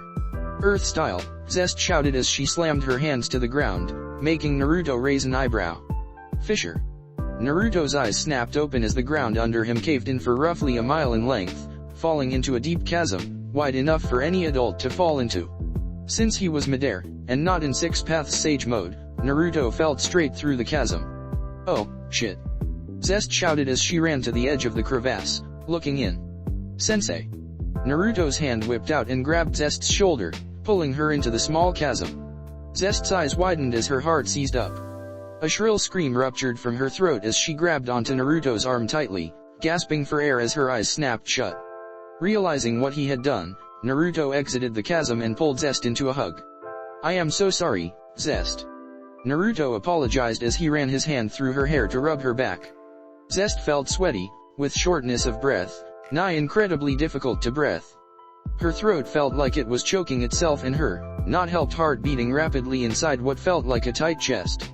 She felt her body tremble with chills piercing her muscles before her stomach became full of butterflies. Within Naruto's embrace, Zest felt warm and loved. Her tight shut eyes relaxed as her breathing became easier. Zest choked out. It was an accident. I think it's about time we call it a day, dinner should be ready soon anyway. Naruto said as he kicked the ground, sealing up the fissure. Zest didn't budge, taking time to recover. I forgot she is claustrophobic. Naruto thought as he comforted her, feeling her shaking in his arms. Zest's breathing slowly evened out as she calmed down. Okay, sensei, I am ready for lunch. She said, dabbing her eyes carefully, since her fingers were clawed. Naruto nodded. You are getting better, but this was taijutsu only, and you used a jutsu. Perfectly executed, by the way. Naruto lightly scolded and praised in the same time, making Zest perk up. She smiled as they walked to their small camp. So, when will I be able to learn lava style or sage mode? Zest asked in a childish manner. When you are ready. Naruto replied, chuckling as he remembered how Yasaka had acted when she wanted to learn senjutsu. Zest pouted. You always say that. She grumbled. Oh, I think I remember a little girl who erupted in a human village once. Naruto retorted, making Zest blush in embarrassment as she remembered that day 46 years prior. Hey, that's not fair, I didn't have the control I do know. Zest stated. Naruto's hand patted her head, ruffling her hair. I'll start teaching you in a few more years. Just have some patience as it is a virtue. Naruto said wisely as he removed his hand. Okay, sensei. Zest replied, avoiding his gaze, her cheeks still red. She wants that mad god dick. Shikaku stated lecherously with a perverted giggle. Naruto deadpanned as the rest of the tailed beasts, except Sun, laughed their asses off. Hey, assholes, that's my daughter. Sun stated in anger. I don't think anyone would be worthy of her, except Naruto. Komei pointed out.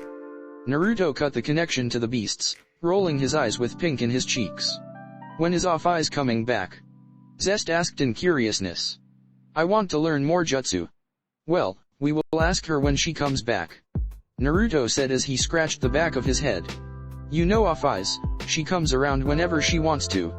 Zest became sad. I like it when she shows me jutsu.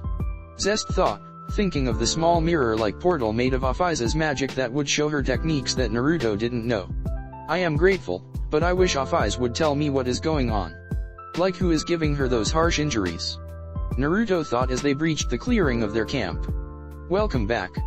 Luko, age 441, called out as she sat next to a fire with a kettle full of miso soup she had made. Beside it was several fish cooking. Luko wore a grass-green haori with the kanji for rainbow on the back, inside a red circle. Underneath she wears a gray, kimono-style blouse with no sleeves, held closed by a broad, dark bluish-gray obi that matches her pants. Her blouse is closed quite low, revealing her sizable cleavage. She wears open-toed, stroppy black sandals with high heels. How was training? Hilda, age 430, asked as she approached them, exiting the tent. Hilda wore a long bluish-black kimono with white trimmings, held closed by a white obi, and open-toed sandals with low heels. Tiring, and we need a stamina boost. Naruto told Hilda, kissing her cheek before going to the fire and kissing Luko. Understood. Hilda said as she walked over to the small area they had set up as the kitchen and retrieved a small bag. I'm starving. Zest groaned as she sat down, eyeing the soup. Here is your food. Naruto had it made earlier before the two of you started training this morning. Hilda said as she handed Zest a small bag of food. Zest smiled brightly as she accepted the bag, opening to what the food was before her eyes started twitching. What the fuck is this? She asked in disgust before wincing in pain as Hilda grabbed her ear and pinched it. Language, young lady. Hilda stated strictly as she pulled, giving Zest's ear a hard twist. I taught you better manners than that. Oh ow ow ow ow, I'm sorry. Zest apologized, earning her freedom. What's going on? Luko asked in confusion as she didn't see anything wrong with Zest's meal. Is it spoiled? What is this? Zest asked as she held out the food. Rainbow larva balls. Naruto stated nonchalantly as he sat down between Zest and Luko while Hilda sat across from him. Okay, but why? Zest asked with a questioning look, hoping it was a joke. Hey, don't chew it until you chew it. Naruto said as he leaned toward her and snagged one of the larva balls, and ate it. Ah, that reminds me of the old days. Naruto said with a pleased face and a look of remembrance. Good thing Granny Shima taught me some of her recipes. You ate bugs. Hilda and Zest shouted in shock. I have eaten bugs before, pretty good when cooked correctly. Luko said with a questioning tilt of her head. What's the problem? Ew. Zest shouted, crossing her arms before her chest, both hands having fingers crossed toward of germs. Oh, come on, it's not as gross as you think. Naruto said as he took another one and ate it. Keep this up and your lunch will be gone before you can eat. This is all I get. Zest asked as Naruto munched on the second larva ball. Well, we are still training, so yes. Naruto said as he finished eating. Wallowing in pity and disgust, Zest took a larva ball, bringing it to her mouth. With a heavy, and hesitant, swallow, Zest took a bite. She spun in her seat and lunged toward the bushes, the larva balls hitting the ground before she started vomiting the contents of her mouth and stomach acid into them. Well, that is a waste. Naruto mumbled as he poured 4 bowls of soup. As Zest finished hurling, the sun had finished setting, leaving only the fire and a few torches lit by Naruto's clones as the only visible light. Zest stood up and stretched. Yah! She moaned as her muscles popped, yawning halfway through. I'm going to bed. Night, Zest. Naruto said as he waved good night. Zest lazily waved back before she went to the tent, falling asleep instantly. Naruto, Hilda said in a serious tone laced with concern as the fire cracked, sending sparks into the air. I think we need to talk about Zest. What about her? Naruto asked calmly, throwing another log onto the fire. While you two were training, Hilda and I had a talk, and we are concerned Zest might be a bit lonely. Luko said as she looked at Naruto. So, you saying she wants a friend? Naruto asked stupidly. Yes, I think if she makes a few friends, she will be able to mature and become social, gaining skills we can't teach her. Hilda explained, smiling that Naruto got it. Okay, so the next kid that is 120 we meet will be her friend. Naruto replied sarcastically, getting glares of disapproval. We don't mean someone like that, I mean a human friend. Hilda stated. She looks like a 15-year-old girl, just have her hide her horns and tail and she will be seen as one. Naruto cupped his chin in thought. I agree, but it will be heartbreaking for Zest when they pass away, or worse. Naruto replied, not wanting Zest to really experience that feeling, but knew it would happen soon or later. Tomorrow, we will go into town and set up shop for a short while. Loco and Hilda smiled, leaning into Naruto's shoulders, enjoying the stars and moon. Next day, inner town square. Whoa, the crowd said in unison as Loco dazzled them with her magic. Her hair was tied in a loose bun, allowing it show its natural waviness, as she wore a red and black outfit with puffy shoulders, wrists, and ankles. The classic Harlequin. Her pure magic taking the form of smoke wisps, reflecting the light within it like mist, giving them a beautiful rainbow shine as they took the forms of humans dancing with animals. Beside her was Naruto, who was juggling chakra-made balls of blue and black fire, courtesy of Madatabi, before he caught them all and sent them flying amongst the crowd, leaning back to spew a bright orange flame before recalling the balls of fire. Naruto had a transformation jutsu giving him the appearance of a jester, multicolored, and the goofy hat, much to his dislike, but it didn't matter. Naruto took 3 steps back, bumping into Loco, both of them smiling as they turned, taking each other by the hands. We are not even done yet, Naruto announced as the wisps of smoke and the fire ended. Because we have some friends who want to party, Loco announced. Naruto released Loco's hand and made the signs for boar, dog, bird, monkey, ram. Have a sample of the whirlpool circus, Naruto announced as he slammed his hand to the floor. The crowd closed their eyes as a large puff of smoke enveloped Naruto and Loco. A lion-like roar permeated the air as the cloud dispersed. Madatabi, in her normal form but the size of a lion, posed before the crowd. Her flame-like body dazzling the crowd even more before she jumped into the air, did a flip, before landing on her front paws, walking on them.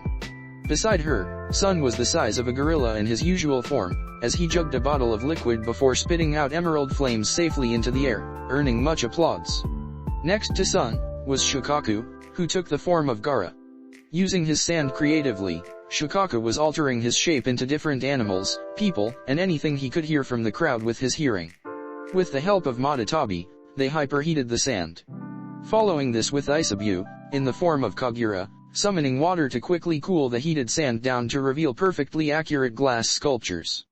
Beside them, Zest, dressed in a conservative dress, which was a transformation jutsu, and Hilda, who wore a suit of armor. In the arms of Hilda, Zest was passed out and Hilda held her, pontificating her love was not enough, acting out the scene. The crowd cheered. And there will be more, in 3 days in the forest will be, Naruto said as he flourished with a bow, followed up with smoke bombs that released confetti and doves. The whirlpool circus. The crowd cheered, all who watched were excited for the idea of a circus. Many tossed coins into a hat that Naruto had put up, in case they wanted to donate. Are we really going to be throwing a circus? Kurama asked in irritation.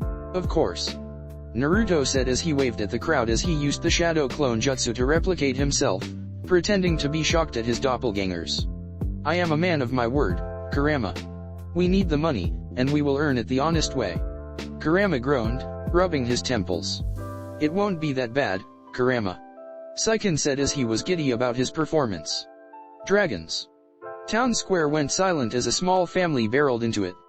There are 2 dragons fighting. Run. No! Naruto mentally shouts as the townspeople run. Acting quickly, Loco grabbed the head of money as Naruto dispelled the summoning jutsu.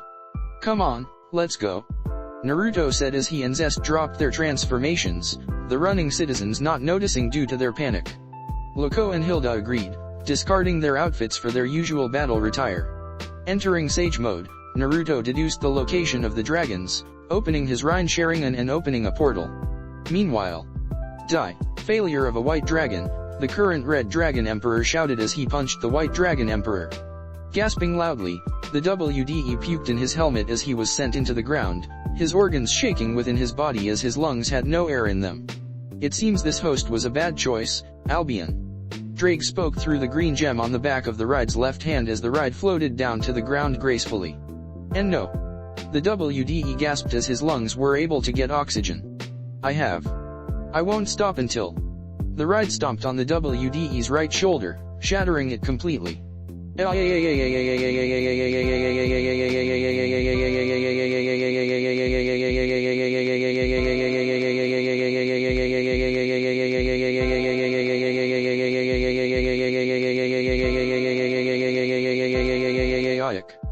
The ride smiled as he boosted his power once more, raising his fist. Next time, Albion, choose a better host, the ride shouted as he went to kill the WDE, only for his hand to get impaled by a black rod. What is this? Ride shouted as he gripped his hand, pain shooting through his arm like fire. Naruto, Loco, Hilda, and Zest appeared, with Naruto's hand extended with his palm visible. The three of you, Naruto stated calmly with a hint of anger as his eyes narrowed. Stay out of this. Sen. Zest started to say before Hilda silenced her with a hand on her shoulder. Of course, Naruto. Hilda replied as Loco gave a nod of agreement, which went unseen by Naruto. Who the hell are you? The ride shouted, teeth grit as he couldn't move his hand. You too. Naruto said, ignoring the ride. I never wanted to see you two ever again, two heavenly dragons. Albion and Drake took interest. What are you talking about? Albion asked as his user slowly stood up. Naruto stayed silent. Flashback. Naruto's body became cold as Albion and Drake got up, wailing and roaring in agony as they stood up, their anger focused solely on Naruto. Petulant child. Drake shouted as he gathered his magic, glowing green. For this insult, you shall die. Albion roared as his blue magic covered his body. Albion and Drake finished charging their attacks and fired their magic from their mouths, the magic from each dragon meeting and merging together to eradicate everything in ash. Before any lives could flash before someone's eyes, Iroh appeared before Naruto, arm extended and connecting with the immense power Drake and Albion had used. Grandpa. Naruto called out weakly, his eyes widening a bit as he realized what Iroh was doing. Hey. Naruto witnessed Iroh as he finished assimilating the attack into himself, magic and chakra cracking across his body as blood floated through the air with chunks of muscle and skin. Grandpa.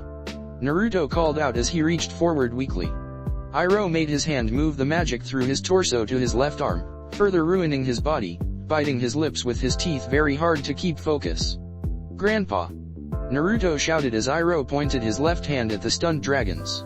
Naruto. Iroh said in massive amounts of pain as blood sprayed from his mouth and into his beard. I love you, and tell to Mamo that I love her too. Grandpa. Naruto shouted as he finally made his legs move to stop Iroh. Iroh set his stance, and let loose the magic he had gathered, thrusting his right arm forward with his index and middle finger.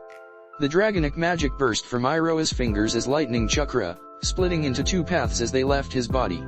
Drake was struck in the face as Albion was impaled through the chest, both electrocuted with their own magic which they couldn't counter.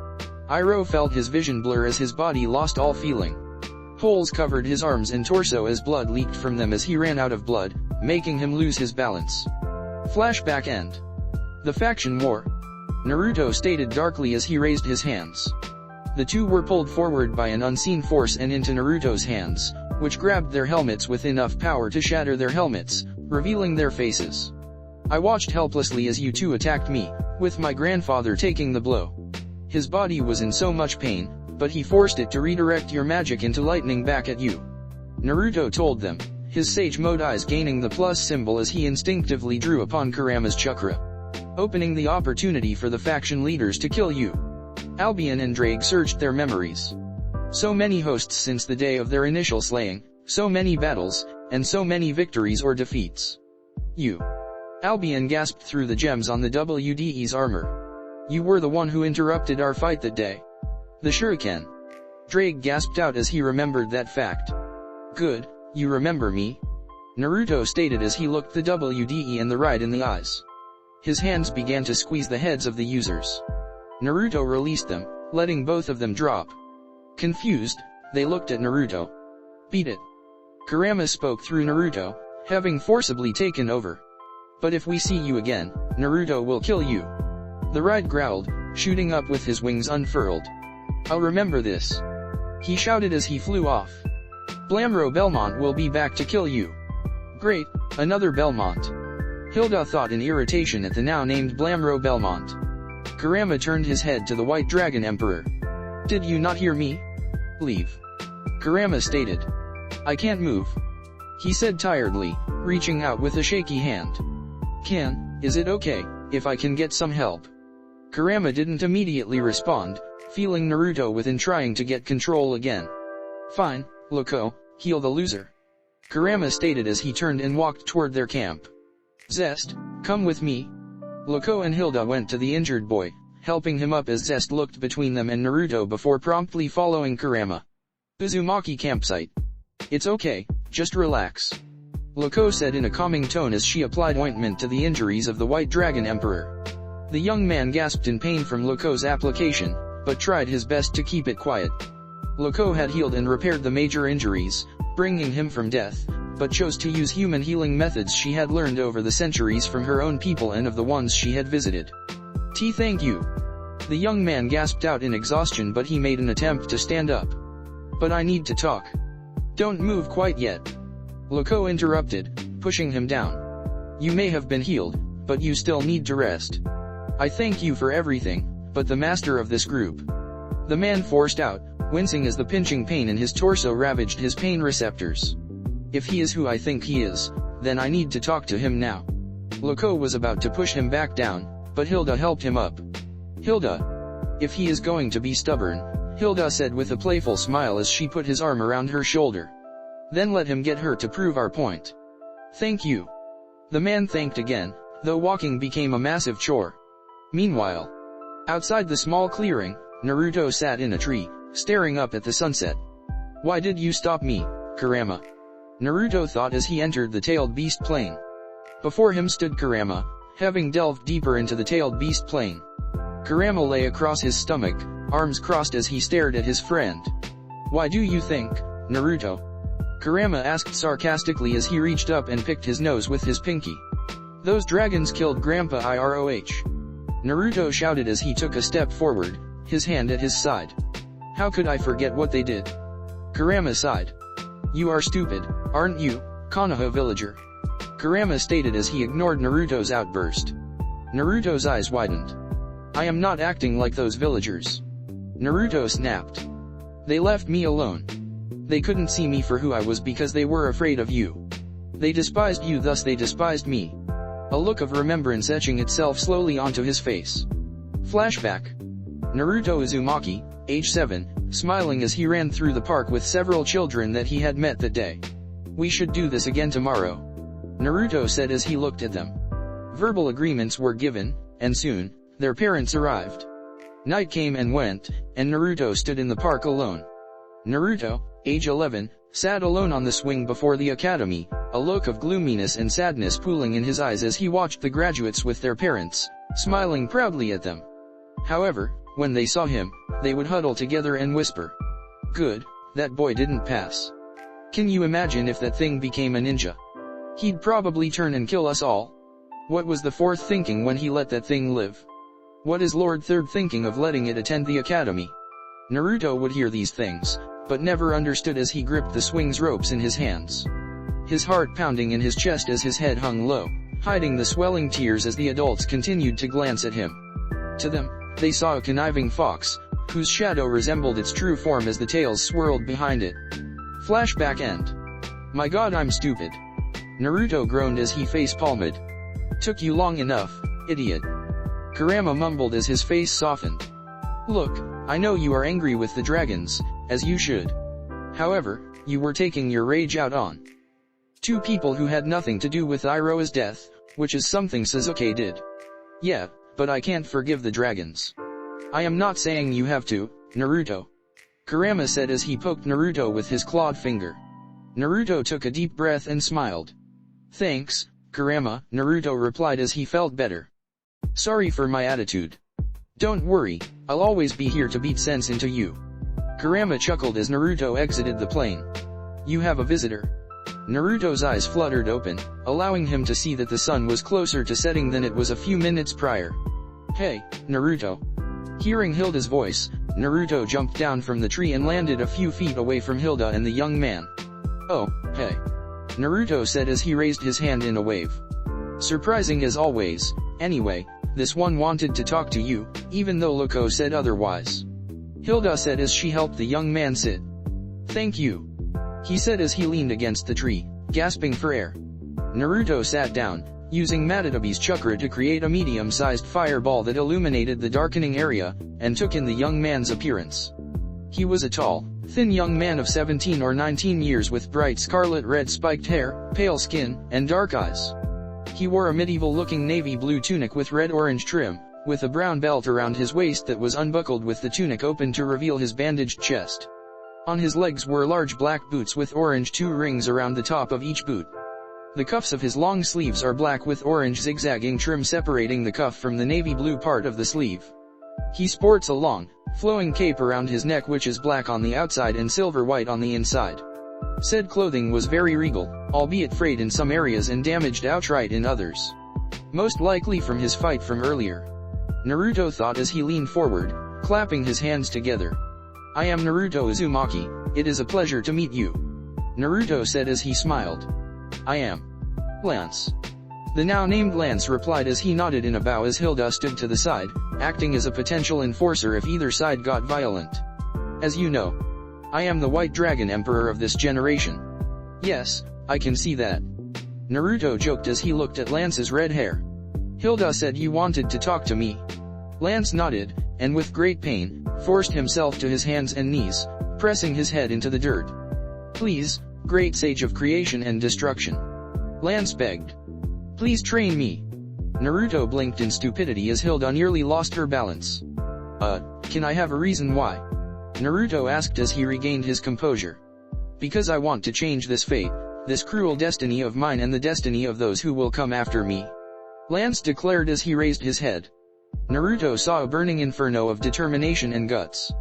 "I don't want the White Dragon Emperors after me to suffer like I have, both in home life and against the Red Dragon Emperor," Lance continued as he shook, wincing in pain. "What do you mean?" Hilda asked as she knelt down and helped Lance sit down. I was cast out of my home when I awakened by divine dividing," Lance admitted, his hand clapped over his eyes as he bit his lip. "My father is a nobleman, and when I awakened my power, he forced my mother and I out, saying I was the child of a dragon." He took a moment to breathe. "Mother and I lived alone for 2 years before she died, cursing me for taking her away from her life of luxury," he continued, tears streaming down from his cheeks. "I was 13 when this happened, and I have been alone with Albion ever since. He taught me as much as possible and I achieved Balance Breaker a year ago. Damn, this kid is a prodigy," Hilda thought as she looked at Naruto, who was basically thinking the same thing. "I never wanted this power, but I never saw it as a burden or curse, until," Lance said as he uncovered his eyes to stare into Naruto's. "Until Albion told me of the eternal rivalry that he has with Drake the Red Dragon. I don't want to kill people. I'd rather have a friendly rivalry. If I trained you, would you still fight the Red Dragon?" Naruto asked cautiously. "Only if they started a fight," Lance admitted as he held up his hands. "I want to change this tradition into something beneficial, not something brutal. If I could change that, I would be able to die happy." Naruto went quiet. He crossed his hands in thought, the eerie silence creeping as the sun set and the dark blue sky was lit up by millions of stars. "This isn't about dying or the legacy we leave behind," Naruto stated as he stood up. He approached Lance. "If you have the guts to never give up, the drive to defy the odds, and the willpower to turn destiny on its head, then take my hand, and learn what I have to teach," Naruto declared as he held out his hand toward Lance. "Your dream, to change the future for the better, is amazing. So, take my hand and together we can change tradition for the better, Lance." Without hesitation, Lance took Naruto's hand. Hilda sighed in a smile. "Good, now we have another person join this family of ours," Hilda thought as Lance collapsed, wailing in pain. Elsewhere. "Damn it!" Blomuro Belmont shouted in agony as he disengaged his balance breaker. He had long wavy light brown hair tied in a loose ponytail. His attire consisted of a sleeveless red suit jacket with white pants and knee-high boots. "That bastard, interrupting my fight with the White Dragon," he howled in pain as he pulled out the black rod from his hand. "Oh, you poor dear." Blomuro froze as he felt a dark presence behind him as he turned to see the speaker. "Who are you?" Blomuro demanded as he summoned the boosted gear. The speaker smiled. "I am no one special," they said as they kept the soft smile on. "But I am someone who can heal you, and give you power to defeat who hurt you." Blomuro's interest was piqued. "Strong enough to kill godly beings?" Blomuro asked as he quirked an eyebrow inquisitively. "And to avenge my ancestors, Leone Belmont, who was slain by the descendant of Dracula, Akasha Teeps." The soft smile widened, hiding a hidden agenda. Of course, all I ask is for your time, as power isn't gained in a day.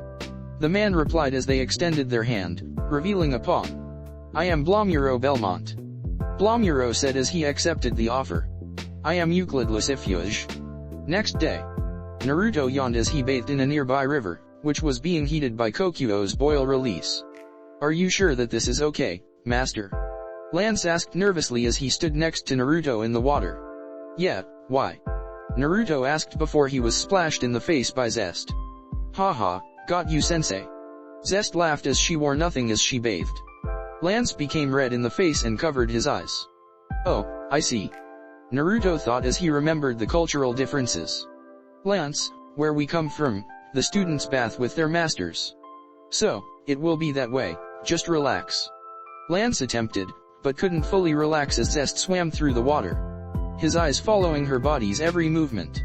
If you keep staring, she will poke your eyes out.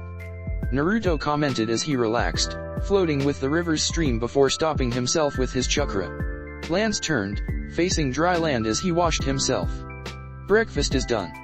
Loco called out as she and Hilda finished cooking. Booking it from the river, Lance, Naruto, and Zest were dressed and served their breakfast.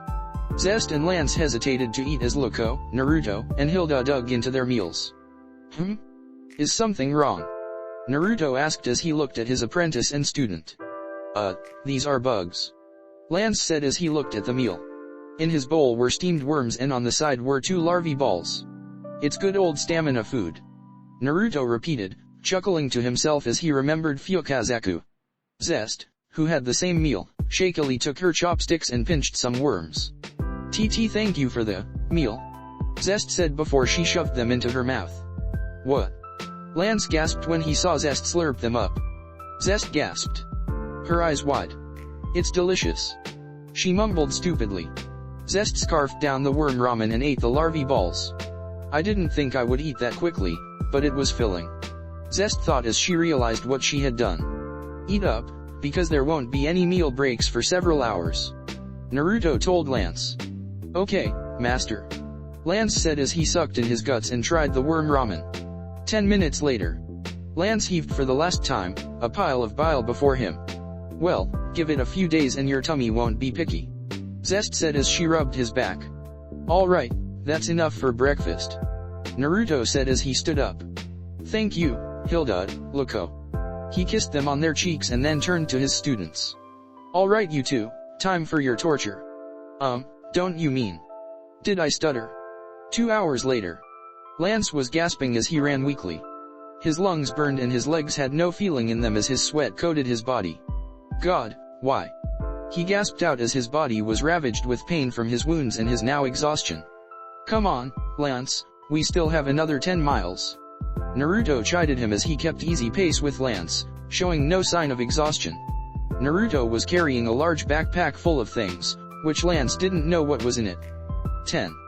Yep, now hustle your buns. Naruto said as he turned and saw Zest a few dozen feet behind them. Like Lance, Zest was exhausted and soaked in sweat, as Naruto had forbidden the use of chakra to enhance her ability to run. Come on slowpokes, we aren't getting any younger. Naruto called out as he took the lead and left Zest and Lance in the dust. I hate sensei/master. They said in unison. Glancing at each other, they narrowed their eyes before looking away. This guy is weak. Zest thought as she continued to run. Why is sensei even training this human? He should focus on me only. Master said Zest will be my sibling student. Lance thought as he ran. But she is nothing but rude and disrespectful to everyone. I will show sensei/master that I am the one he should be teaching. Both Zest and Lance thought as they ran faster, trying to outdo the other. So focused were they that the two forgot how tired they were. A random stream. Took you too long enough. Naruto said as they arrived. Don't make much sound, you'll scare away the fish. Confused, Lance and Zest saw Naruto was fishing. Beside him were 2 more fishing poles, a bucket with no caught fish, and some bait. Come, fish with me. Naruto said as he patted the spot beside him as he pulled in his line, a moderate-sized fish on it. Huh. Naruto turned and looked at the two. What? Come on. He said as he tapped the space beside him again. We need fish for dinner tonight. Couldn't you have asked Loco and Hilda? Zest started to say before she was silenced by Naruto waving off her statement. Today is their training day, so I decided to go easy on you too. Naruto said as he waved off the conversation. Besides, you don't want to be around them when they train. You're more likely to get hurt. Lance collapsed. All that running, just for fishing. Hey, don't die on us yet, Lance. Naruto said as he reached over and picked the teen up, propping him up and putting a fishing pole in his hands. Come on, you two, Zest huffing in irritation. Zest took the remaining pole, baited it, and cast it into the water. The three sat in silence as they fished. The sounds of nature, birds chirping, the wind blowing leaves on trees causing them to rustle, the sound of the stream gently moving to the southwest. Naruto smiled as he pulled up a large fish. How are you doing that, master? Lance asked as he and Zest had yet to catch a single fish of any size, while Naruto had now caught 5. Naruto didn't respond as he unhooked the fish and put it in the bucket. Zest watched as Naruto baited his hook carefully. I see. Zest though as she took notice of what Naruto was doing. Lance glanced over towards Zest as she closed her eyes. Lance watched as Zest's chakra flowed through the pole and string. Is that what Master is doing? Lance thought as he looked at Naruto's pole. Indeed, Naruto's pole had his chakra in it, but it was refined and thin, unlike Zest who was pushing more chakra into her fishing pole. Lance baited his hook and cast his line. I will try to be more like Master in this endeavor. Lance thought as he focused some magic into his hands. With some difficulty, his magic transferred into the fishing pole and its line, but it was not thin and refined as Naruto's, but was smaller and more controlled than Zest's. The ripples in the water were night and day. Naruto's didn't cause any. Lance's rippled the water enough to be visible, but not a disturbance. Zest's, on the other hand, was rippling wildly within the water. Hey, keep it down. Naruto said as he took notice that the fish were being scared off. Zest, you're releasing too much chakra. You need to dial it back, a lot. So, it was training.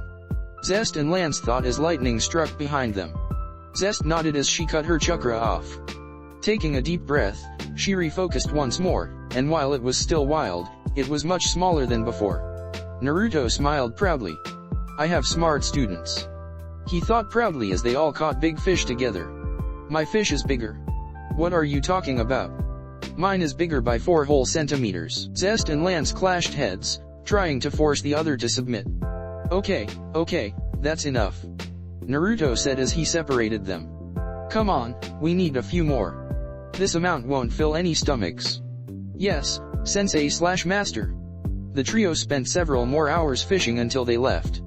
So, are we? Lance nervously asked before Naruto took off running. Oh, you can use your powers on the way home. Naruto shouted. Without hesitation, Zest channeled chakra into her legs as divine dividing appeared on Lance's back. I'll get there first, they shouted as they took off, leaving a large dust cloud behind them as they chased after Naruto. This is going to be an amazing rivalry. Naruto thought as he could tell they were challenging each other.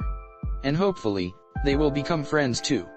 1755, Norway. Lance's sweat sizzled as it hit the coals, spraying ash onto his body. Fuck. Lance mumbled, breaking his concentration. What? Can't take the heat? Zest asked as her body glistened with sweat, though she wasn't as bothered by the intense heat. Well, it seems like I should add more to yours, Zest. Naruto said as he threw another 10 pounds of charcoal under Zest. Oh, come on. Zest complained as Naruto lit it up with Madatabi's flames. Currently, Lance and Zest were butt naked as they were supposed to be meditating on bonfires. That's what happens when you are a smartass. Naruto said as calmly as can be with a happy-go-lucky smile. Few hours later. Naruto was upside down, balancing on his right index finger on the tip of a sharp needle spike. The only thing keeping him balanced was his chakra, which tightly kept him in place with a small current of chakra. Beside him, Zest and Lance doing the same. However, Lance's magic covered the needle in a thick current, but it was well maintained in a calm constant keeping him still, with a very scary sway here and there. On the complete opposite was Zest as she funneled a large amount of chakra into the needle to the point it was visible to the naked eye, visibly worried and sweating as she tried to keep the stream of chakra going, but she was rapidly burning her chakra pool, causing her to sway more visibly. Okay, now. Naruto said as he pushed off the needle and switched index fingers, but the chakra stream he had didn't break. Switch. What? Zest shouted, wobbling more dangerously, her sweat dripping onto the floor. Yes, master. Lance replied as he mimicked Naruto. He pushed off the needle into the air 2 inches, barely making it with his other index finger. Sadly, his magic stream nearly dissipated, so he sent a huge blast of magic into it. Keep his finger. Okay, Zest, your turn. Naruto said as he faced her. Worry filled Zest's eyes as she lowered herself enough. Taking several nervous breaths, Zest pushed off. Shink, fuck, fuck, fuck, fuck. Zest shouted as she shot to her feet, the needle embedded into her hand as blood sprayed from the wound. 2 months later.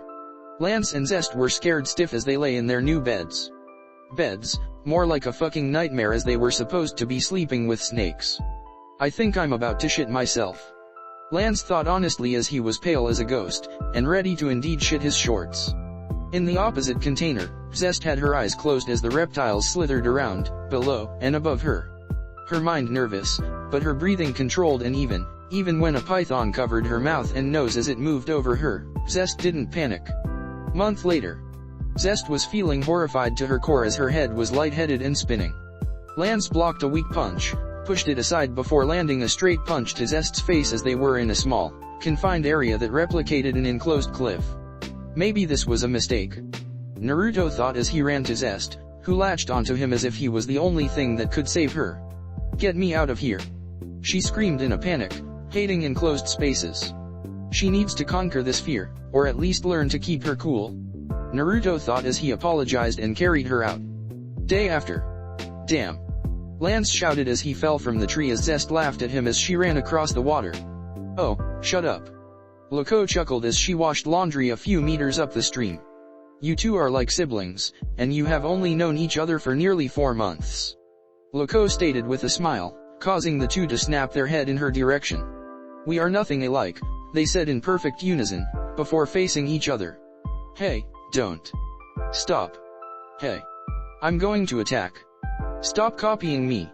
Loco chuckled a bit more as she continued to monitor their training. A large flock of birds fled from the treetops miles away, which Loco noticed. Seems like Naruto and Hilda have got dinner. Loco thought as she finished washing the laundry for the day. Now to dry you. Meanwhile, a gigantic bear lay dead, blood smearing its fur as the remnants of its life faded away. Nearby, Naruto was pushed against a tree as Hilda pushed into him, grinding herself onto Naruto's leg as he pressed it against her crotch. Moans were heard as they made out, Naruto's arms behind her, rubbing her back and groping her ass. They separated, taking a large gasp of air. God, it's been a while, Naruto. Hilda replied as she was so horny. Yeah, it has, Hilda. Naruto said as he pressed his face between her neck. Hilda shuddered in excitement as she felt her moist lower lips dampen further. You bastard, fuck me, here and now. Hilda screamed as Naruto picked her up and forced her against a nearby tree. Without hesitation, Naruto's hand hooked under her skirt, fingers taking a hold of her panties, and with a swift motion, pulled the soaked item off of her body. The scent that it held filtered through their noses, causing them to get even more excited as Naruto pulled down his pants, his erect dick popping up as soon as it was free.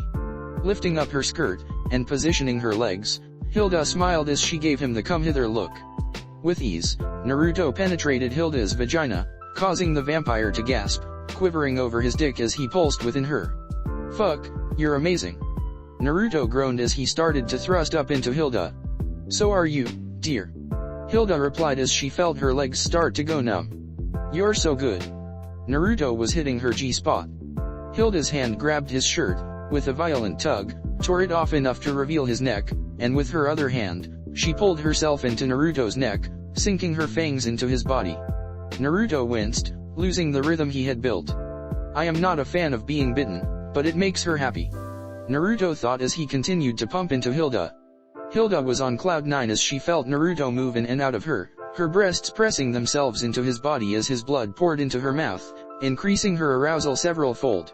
Smack Naruto's hand felt the soft flesh of her ass ripple under it as Hilda moaned into his neck, biting a bit deeper before she pulled off, her soft tongue lapping at the wound for his crimson liquid. I love you. Naruto gasped as he could feel his body start to shiver in anticipation of climax. I love you too. Naruto. Hilda replied heavily as she pulled him into a kiss. With several more thrusts, Naruto slammed into her one final time, coming inside of her as she squeezed him tightly as she orgasmed in unison. Huh. Huh. Huh. Hilda gasped, her exposed skin shiny from sweat as Naruto pulled out, some of their combined fluids following suit, slowly dripping from her excited pussy as she dropped to her. Hilda pushed off of the ground, but her wobbly legs gave out. I can't feel my legs. Hilda said as she failed to stand again. Not bothering to pull up his pants, Naruto picked Hilda up as he summoned a few clones, who instantly went to get the bear back to camp.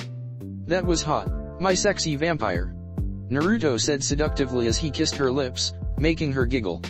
I ask that all you desire, or is there? Naruto's hand slithered up her legs, making her quiver as he traced up her skirt and across her stomach before laying on her breast. Something else. Yeah, Hilda said with a relit fire in her eyes as she maneuvered to the ground and stuck her butt in the air. Fuck me like a bitch in heat, pull my hair as you spank me like the bad girl I have been. Going from a softie to a stiffy was instantaneous for Naruto's dick as he was rearing to go for a second round. Naruto, summon a clone. I have an idea to make this better and silence me. Hilda begged, whimpering for added effect as she wagged her plump ass at Naruto. Naruto didn't ask questions as he summoned a clone, which was erect like Naruto. Hilda shuffled across the floor, adding sensual sways of her body, her skirt riding up and exposing her ass and legs to the world, showing off the long limber limbs and the stockings and garter belts she was wearing. I want you, Hilda said as she looked at the clone. To fuck me while I suck off the original. No problem. The clone said as he got behind Hilda and palmed her ass cheeks, making Hilda hum in anticipation before biting her lip as she smiled when he entered her. Naruto watched, getting hornier, watched Hilda open her mouth and lean forward, engulfing his dick with her warm saliva-soaked mouth.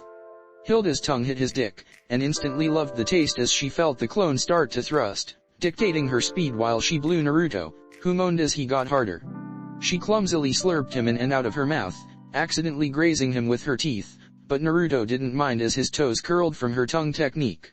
He started thrusting into her mouth, and eventually made Hilda gag when he hit her throat. Not that she minded. Her eyes were heavy-lidded as she was partially numb. Her sweaty body only feeling the sensations of the dicks in her moving and the pleasure surging through her. She increased her suction on Naruto when the clone started to get close. Come on. Hilda thought as she started getting impatient. Come on, come already.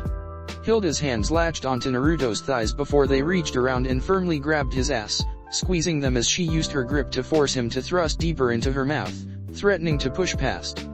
The clone, at that moment, spanked Hilda as hard as he could, adding some chakra into his hand, and when he made contact with her ass, Hilda screamed around Naruto's dick as she squeezed his ass hard enough to leave red marks. The clone came, filling Hilda's pussy with more sperm as she orgasmed before popping out of existence while Naruto blew a large load directly into Hilda's stomach, making Hilda's eyes widen when she couldn't swallow all of it and pulled off of Naruto, who came all over her face as she threw up what she couldn't ingest onto the ground. Naruto, sweaty and exhausted, was hornier than ever seeing Hilda covered in his jizz as she finished puking. Oh, fuck that, shit, I can't feel my legs, or arms. Hilda said shakily with a goofy smile on her red face as she leaned against the grass, her legs falling to the side as their mixed cum bubbled within before spilling from her pussy. Naruto looked and loomed over her like a predator, ready for more. Which position? Hilda asked as she propped herself up and scooped the sperm on her up and ate it. God, this taste is so good. Camp, achoo, bless you, loco. Zest said absent-mindedly. Are you alright? That was intense. Lance asked in concern as Loco wiped her nose from her loud sneeze. Yeah, I am fine. Loco said as she finished wiping her nose. With Naruto and Hilda. Naruto watched as Hilda made a show out of eating his jizz as she chewed the sperm, played with it on her tongue, and then swallowed it with a very pleased look on her face. Naruto pressed her back against the tree, stuffing her sensitive pussy with his dick again and fucked her against the wall as he ripped open her top and pulled her chemise up to begin sucking on her nipples. Hilda gasped and moaned loudly, her tongue sticking out of her mouth as she was drowning in pleasure. However, this increased dramatically when she felt something feathery touch and tickle her butthole. She looked down and saw that a chakra hand had been positioned to do this. Letting out a guttural scream, Hilda buried her fangs back into his neck. Naruto. Hilda screamed into his shoulder, covering her mouth as she screamed as her face threatened to permanently etch itself onto her face, coming for the third time that night in the last several minutes. Naruto came inside her again, her stomach now noticeably bloated, not by much, but definitely bigger than it should be. Naru. Hilda weakly gasped when she felt him pull out. I love you. I love you too, Hilda. Naruto replied, their sweat-covered forms overheated as they were breathing heavily as they separated. Oh, fuck. What? What's wrong? Naruto asked in a panic. We smell. Hilda pointed out as she waved her hand before her face, trying to push the smell aside. We can't go back like this. Zest and Luko will notice instantly, and knowing Luko, she will be wanting her own turn if the pheromones are still around us. Naruto's butt tensed at this reminder. Yeah, she is a horny dragon. Naruto said as he stupidly smirked happily. Hey, remember when we did a three-way and I fucked you on top of Luko? Hilda's red face darkened and her pussy rippled with excitement at the memory of that night. Yeah, it was. Hilda started to say as Naruto stood up and pulled his pants up. Hilda went off into her own little world, remembering the last time they slept together as a trio. Naruto chuckled as he tidied Hilda up, making her look presentable, and picked her up bridal style. Where are we going? Hilda asked as she put her head on his shoulder, her finger tracing his pec. To the river to get this stink off. Naruto mentioned as he took off to the river nearby. Few hours later. You guys are late. Luko scolded as Naruto and Hilda returned to their camp, soaking wet and smelling as river water. Luko, I am sorry. Naruto said before Luko grabbed his cheek and pinched it with enough grip to potentially tear it off. Get out there and train your students, now. Luko stated slowly as she started to open her eyes. Naruto puffed into smoke, having replaced himself with a shadow clone moments before she grabbed him. I'll go get dinner. Hilda started to say before Luko grabbed her shoulder. Luko spun Hilda on the balls of her feet to have the vampire face her. Grabbing Hilda's skirt, Luko flipped it up. Oh, you fucking bitch. Luko shouted as she saw the remnants of their sexual adventures still on Hilda's crotch, which made Hilda blush with a loud groan. Meanwhile, today, we are going to start something good. Naruto said as he summoned a familiar bag before Zest and Lance. What? Zest asked with intrigue as she tried to glimpse inside the bag, but Naruto blocked her from doing so. Master, what are we learning today? Lance asked respectfully, his heart pounding in anticipation. Well, sadly, it isn't a group thing for now. Naruto said as he pulled out two fully rounded water balloons, tossing one to Zest. Zest was caught off guard, missing the balloon, which bounced off of her boob, before she scrambled to catch it. Zest, starting today, for 3 hours, you will be doing stage 1 of your Raise Non training. Naruto stated as he smiled. Zest stood still, 3 dots appearing above her head. Her eyes widened and gained sparkles as she gained a gigantic grin. The Raise Non. She shouted happily. Naruto nodded his head. Yes, yes, yes, yes, yes, Raise Non training. Zest shouted gleefully. What about me, master? Lance asked with anticipation, hoping he would get to learn one of Naruto's techniques. Naruto smiled with his eyes closed as a large bead of sweat dripped from his forehead down his cheek. Lance's excitement started to lower as the bead of sweat hung on Naruto's chin before it fell off, his disappointment evident as he slackened in his stance. I understand. He mumbled. Lance, I will be helping you while Zest does this training, one-on-one. Naruto admitted, trying to come up with some sort of thing to make it up to Lance. Lance perked up at this. It isn't a technique, but if he can help me personally, I guess I can go with it. Lance thought before he smiled. I understand, master. Naruto smiled and mentally sighed. Oh, thank the gods he is understandable. Naruto thought as he wiped his face of sweat. Now, Zest, watch me closely. Naruto said as he held up the water balloon in his hand. Zest and Lance watched as the balloon started to become bumpy before it burst, the water spraying in all directions. This, Zest, is the first step to the Raise Non. Naruto explained as he looked at her balloon, drawing her attention to it. It is your job to pop this balloon the same way I did. Huh. Zest replied with a dumbfounded look on her face, causing Lance to cover his mouth and look away, trying not to laugh. Zest glared at him threateningly. Hey, Naruto called out sternly, snapping his fingers in Zest's face, making her return her attention back to him. This is serious, Zest, Lance. This technique is very important to me. Zest looked at the ground, foolishness and shame boiling in her feet with steam rising through her legs and into her torso settling in. I am sorry, Master. Lance said as he bowed apologetically. Naruto took a deep breath as he scratched his head. It's okay, Lance.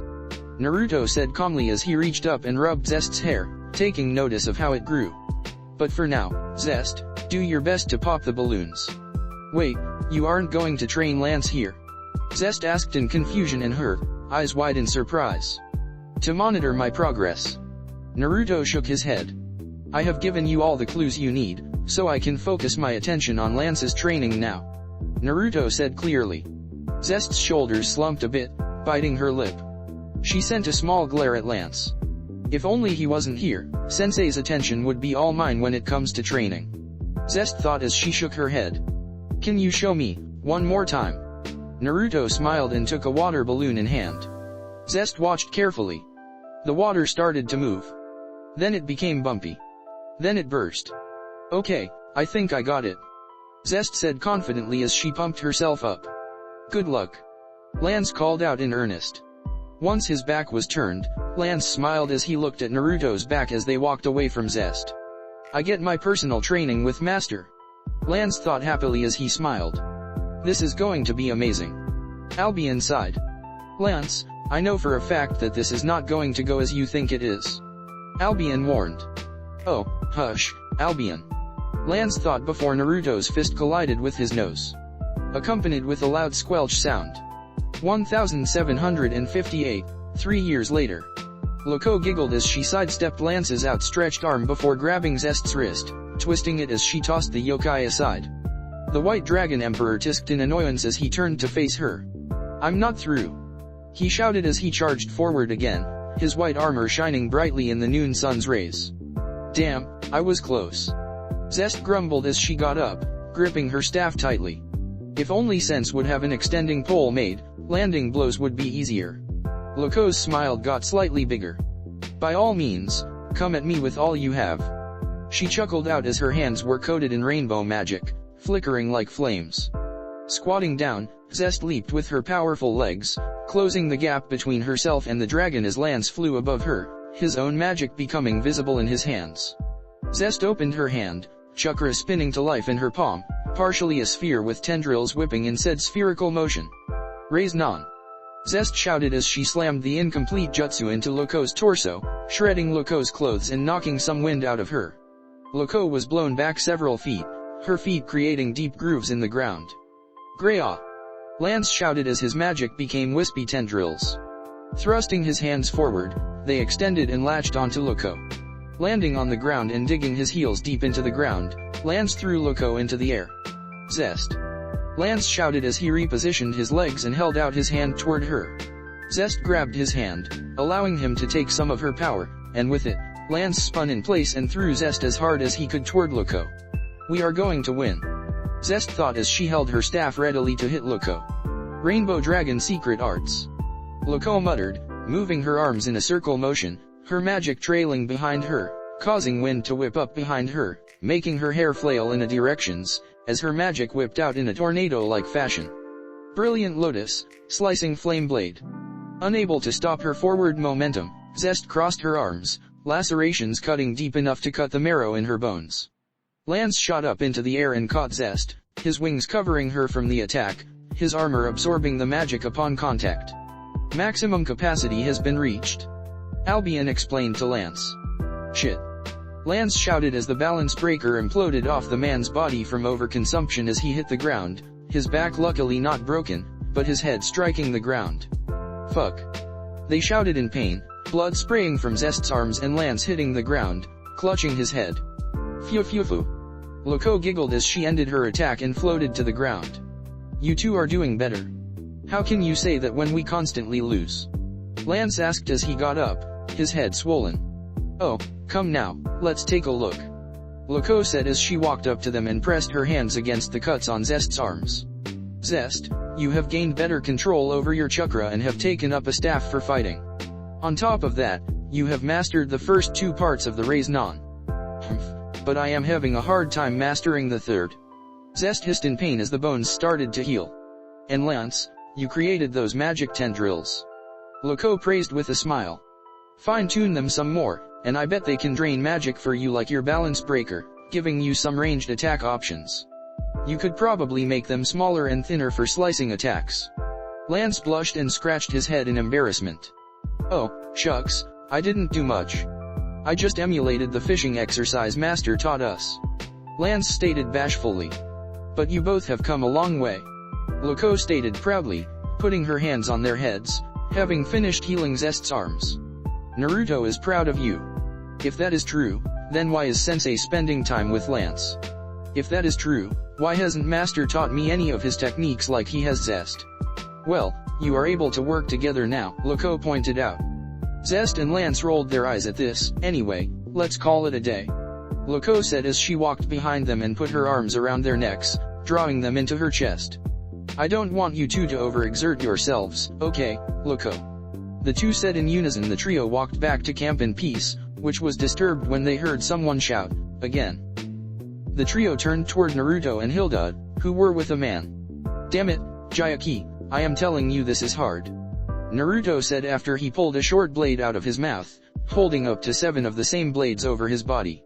They were wrapped in red cloth with gold pommel. The blades themselves were roughly a foot in length. Jayaki was tall and had a huge picky afro, his horns nearly hidden within the hair. His thin figure is powerfully built with dark skin and brown eyes. Jayaki stood at a height of 180 centimeters, dwarfing Naruto and Hilda. Jayaki's attire consists of a white headband that had a cloud on it, a white Japanese kimono, blue flared pants, where a single tentacle tail was freely swaying, with heavily frayed hems by the ankles, a pair of Japanese Geta shoes, and 7 small blades that Naruto held. I know, and it took me several years to master it, Naruto. Jayaki said as he prepared to attack again. Now, watch my movements, and attack. Hilda, who was just training, prepared herself as Naruto sighed in protest as he put the sword back in his mouth. Naruto and Jayaki took similar stances, each standing on 1 foot while carrying the 7 blades. The 7 thin blades were held in between their left armpits, both elbows, right legs, stomachs, the right side of their necks, and in their mouths. Acting instantly, Jayaki took off, jumping into the air, spinning like a spiky ball, and threw 3 of his swords. Naruto and Hilda evaded, with Naruto tripping up as he tried to keep all 7 swords on his person. Damn. Naruto thought as he couldn't dodge, swinging 1 sword to knock a 4th away, only for Jayaki to recollect the swords and descend upon him like death. Pay attention, Naruto. Jayaki instructed as the swords seemingly floated around him in a circle circumference. Hilda appeared and knocked 2 of them aside, catching a thrown sword, only to get kneed in the face, the caught sword going into the air. Jayaki caught the sword and tossed another 2. Naruto threw 3 of his own. 1 of his blades hit Jayaki's, 1 missed, and the 3rd headed straight for Jayaki. Jumping from his spot, Naruto grabbed the 2 fallen swords, evading the thrown blade. You're slowly getting it, but it's... Jayaki stated as he evaded Naruto's attack and tripped him with his foot. Not good enough. He caught the 7 swords around his body and pointed one at Naruto's throat. Yield. Naruto rolled his eye and nodded. I yield. He admitted. Fuck, that hurt Jayaki. Hilda groaned as she popped her nose back into place. Remember, you guys are made of chakra wood and that black rod stuff, so it hurts more. Huh, sorry. Jayaki chuckled as he helped Naruto stand anyway. Why aren't you using your Sharingan? It would make this easier to learn, Naruto. I know it would. Naruto replied as he picked up his swords. But be created, learned, and mastered this on his own. It would be a dishonor to him if I used a cheat to master it. Lance and Zest snickered, covering their mouths as they did. Wow, to think there is something that even Master can't do. Lance muttered, trying not to loudly laugh. I know, right? How funny is that? Zest replied, barely able to hold in her joy. Well, it's better than being bad at being a dad. Loco added harshly, bearing a nasty smirk. Or being a bad cook? Hilda asked, cheeks red as she smiled. Ha, ha, ha. Naruto laughed sarcastically as he took their jabs. You know that there are plenty of things I am unable to do, so it isn't that funny. Actually, It's hysterical. Kurama chuckled. Oh, shut up. Naruto mentally replied with an eye roll. At least you aren't a bad son, Ashira. Afaiz said as she appeared out of nowhere, landing on his shoulders. Afaiz leaned over his head, to which Naruto took notice of. This isn't normal. Afaiz never does this. Naruto thought, discreetly using his Byakugan. No major injuries, but she is exhausted. Well, if the peanut gallery is done laughing, I need a fire going because I am going out hunting. Naruto said, cutting through the laughter of the group as Jayaki and the 14 swords vanished into their respectful seals. Come on, Afaiz. Of course, Ashira. Afaiz replied tiredly, which stopped the laughter in its tracks as the duo left. That was strange. Loco mumbled as she put a hand on her hip. She never acts like that. Until now, and now I am worried. Hilda replied in concern. Both had been told by Naruto of his concern, and thus Afaiz's well-being was their concern as well. I wonder what sensei will bring back for dinner. Zest asked as she and Lance walked off to the pile of firewood, grabbing armfuls of the material. I hope it's deer. Lance replied in disgust. I don't like eating beaver. Well, what if he brings back a beaver? Zest asks in a taunting tone. Lance glared at her. Well, at least he doesn't set the forest on fire when trying to use lava style. Lance fired back. Zest stiffened with an angry look. At least I am his apprentice, unlike you, a lowly student. Both slammed their heads together, dropping the wood they carried. What was that? They shouted in unison, which brought their piss to its boiling point. Okay, that is enough. Loco said as she grabbed their ears and pulled them away, painfully. Ow, let me go, Loco. Zest demanded, earning a stronger grip on her ear. Loco, I am sorry, I won't continue this. Lance shouted as he held Loco's wrist in an attempt to get out of her grip. Loco released them both, causing them to hold their aching appendages, with Zest shaking in her knees. Not in fear, but a strange, tingling sensation through her entire body, heavily concentrated in her lower region. Lance, however, stormed off, nearly falling over as he did. I'll go talk to him. Loco told Hilda, glancing over at Zest. Hilda nodded. Loco took off after Lance. Okay, Zest, what is going on? Hilda asked Zest, leading the rabbit to the camp with the firewood. Meanwhile, Afaiz, is there something you want to tell me? Naruto asked as the infinite dragon sat upon his shoulders. He could feel Afaiz drawing in nature energy, slowly replenishing her magic. Nope, I have nothing, besides that I love you, my dear son. Afaiz said with a smile, though her eyes held worry and fear. Please, just buy this excuse. Naruto didn't answer as he could tell something was wrong. I love you too, Afaiz. Naruto replied softly, his cheeks being slightly tinted. Afaiz smiled truly as she hugged Naruto's head, enjoying his warmth. Meanwhile, Lance and Loco sat on a small cliff, staring off into the horizon.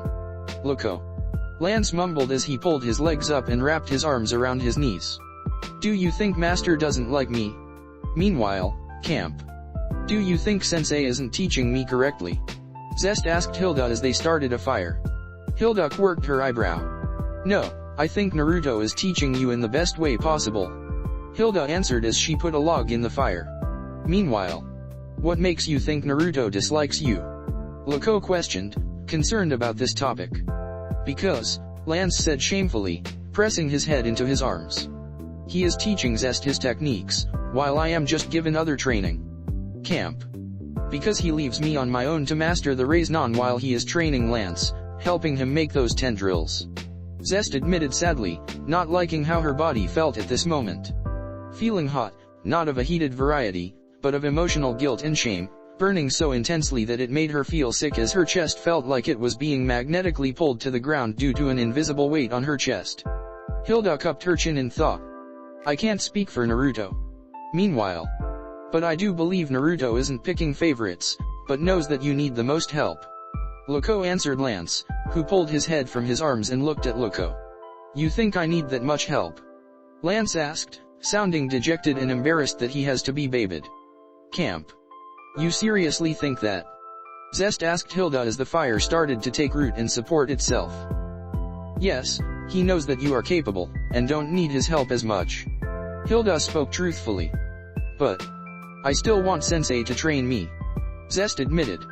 Meanwhile, I want to learn his techniques, Lance admitted.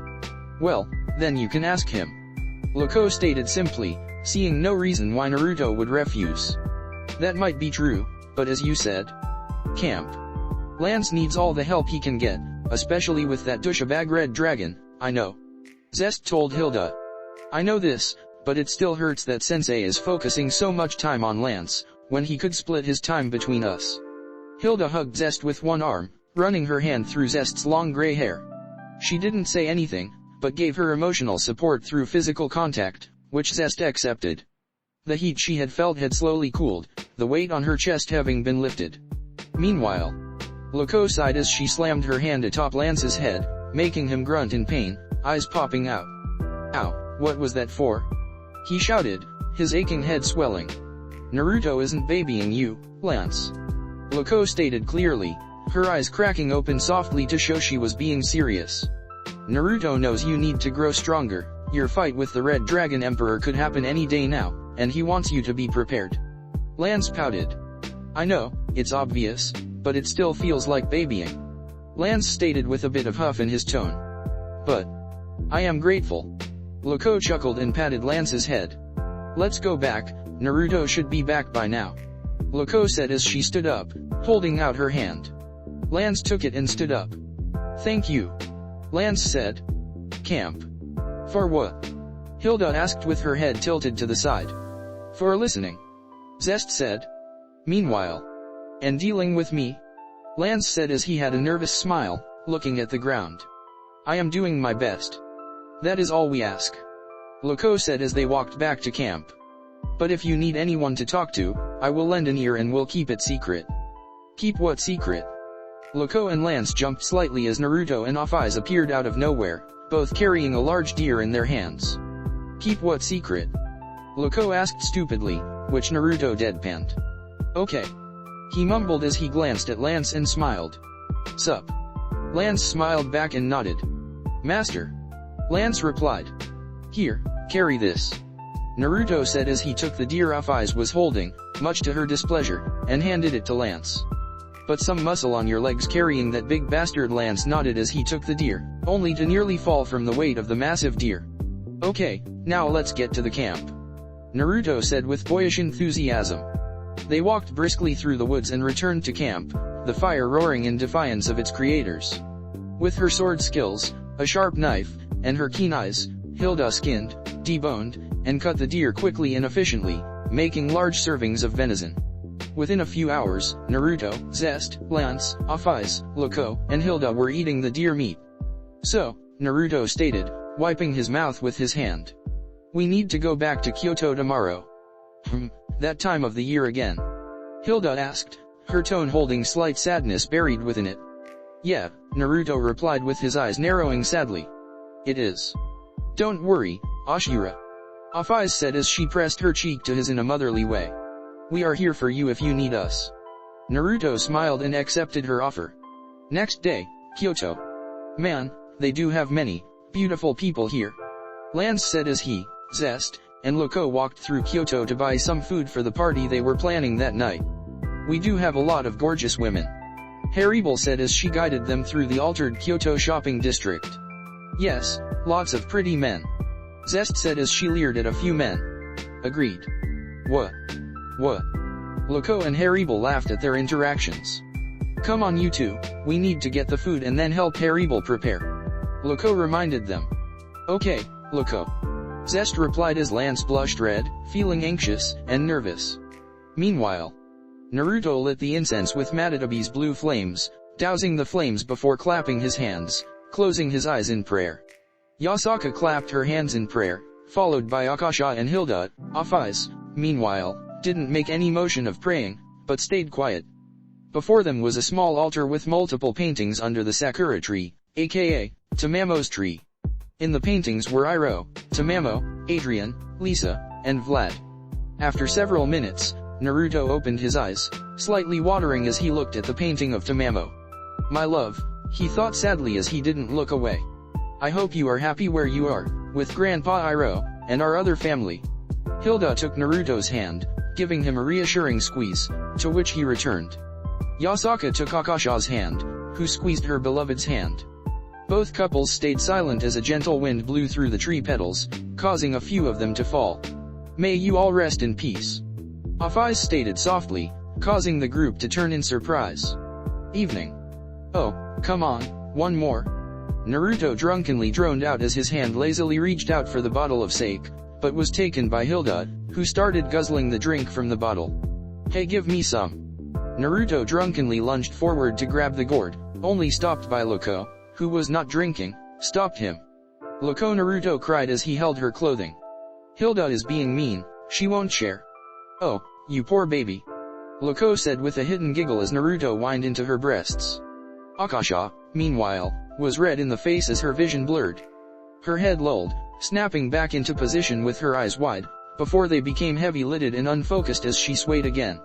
She hit the ground, her saucer shattering on the ground as she passed out.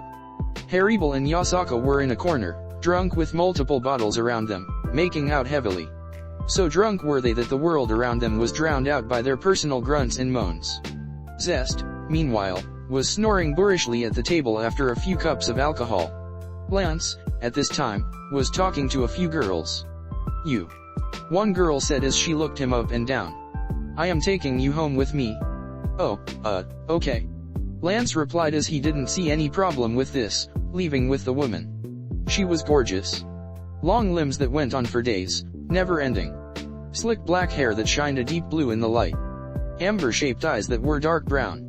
Once they arrived in her home, she jumped him, sucking face with him.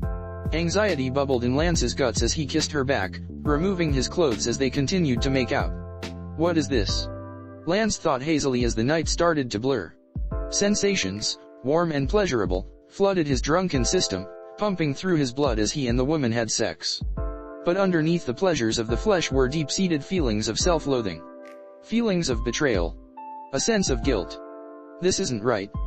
Lance thought as he slammed his hips against hers, her legs tightening around his waist as they climaxed, soaked in sweat and sexual fluids. I didn't like this. Lance thought as he collapsed onto the futon, gasping for air as his vision started to turn black, his heart racing millions of miles per second as he passed out.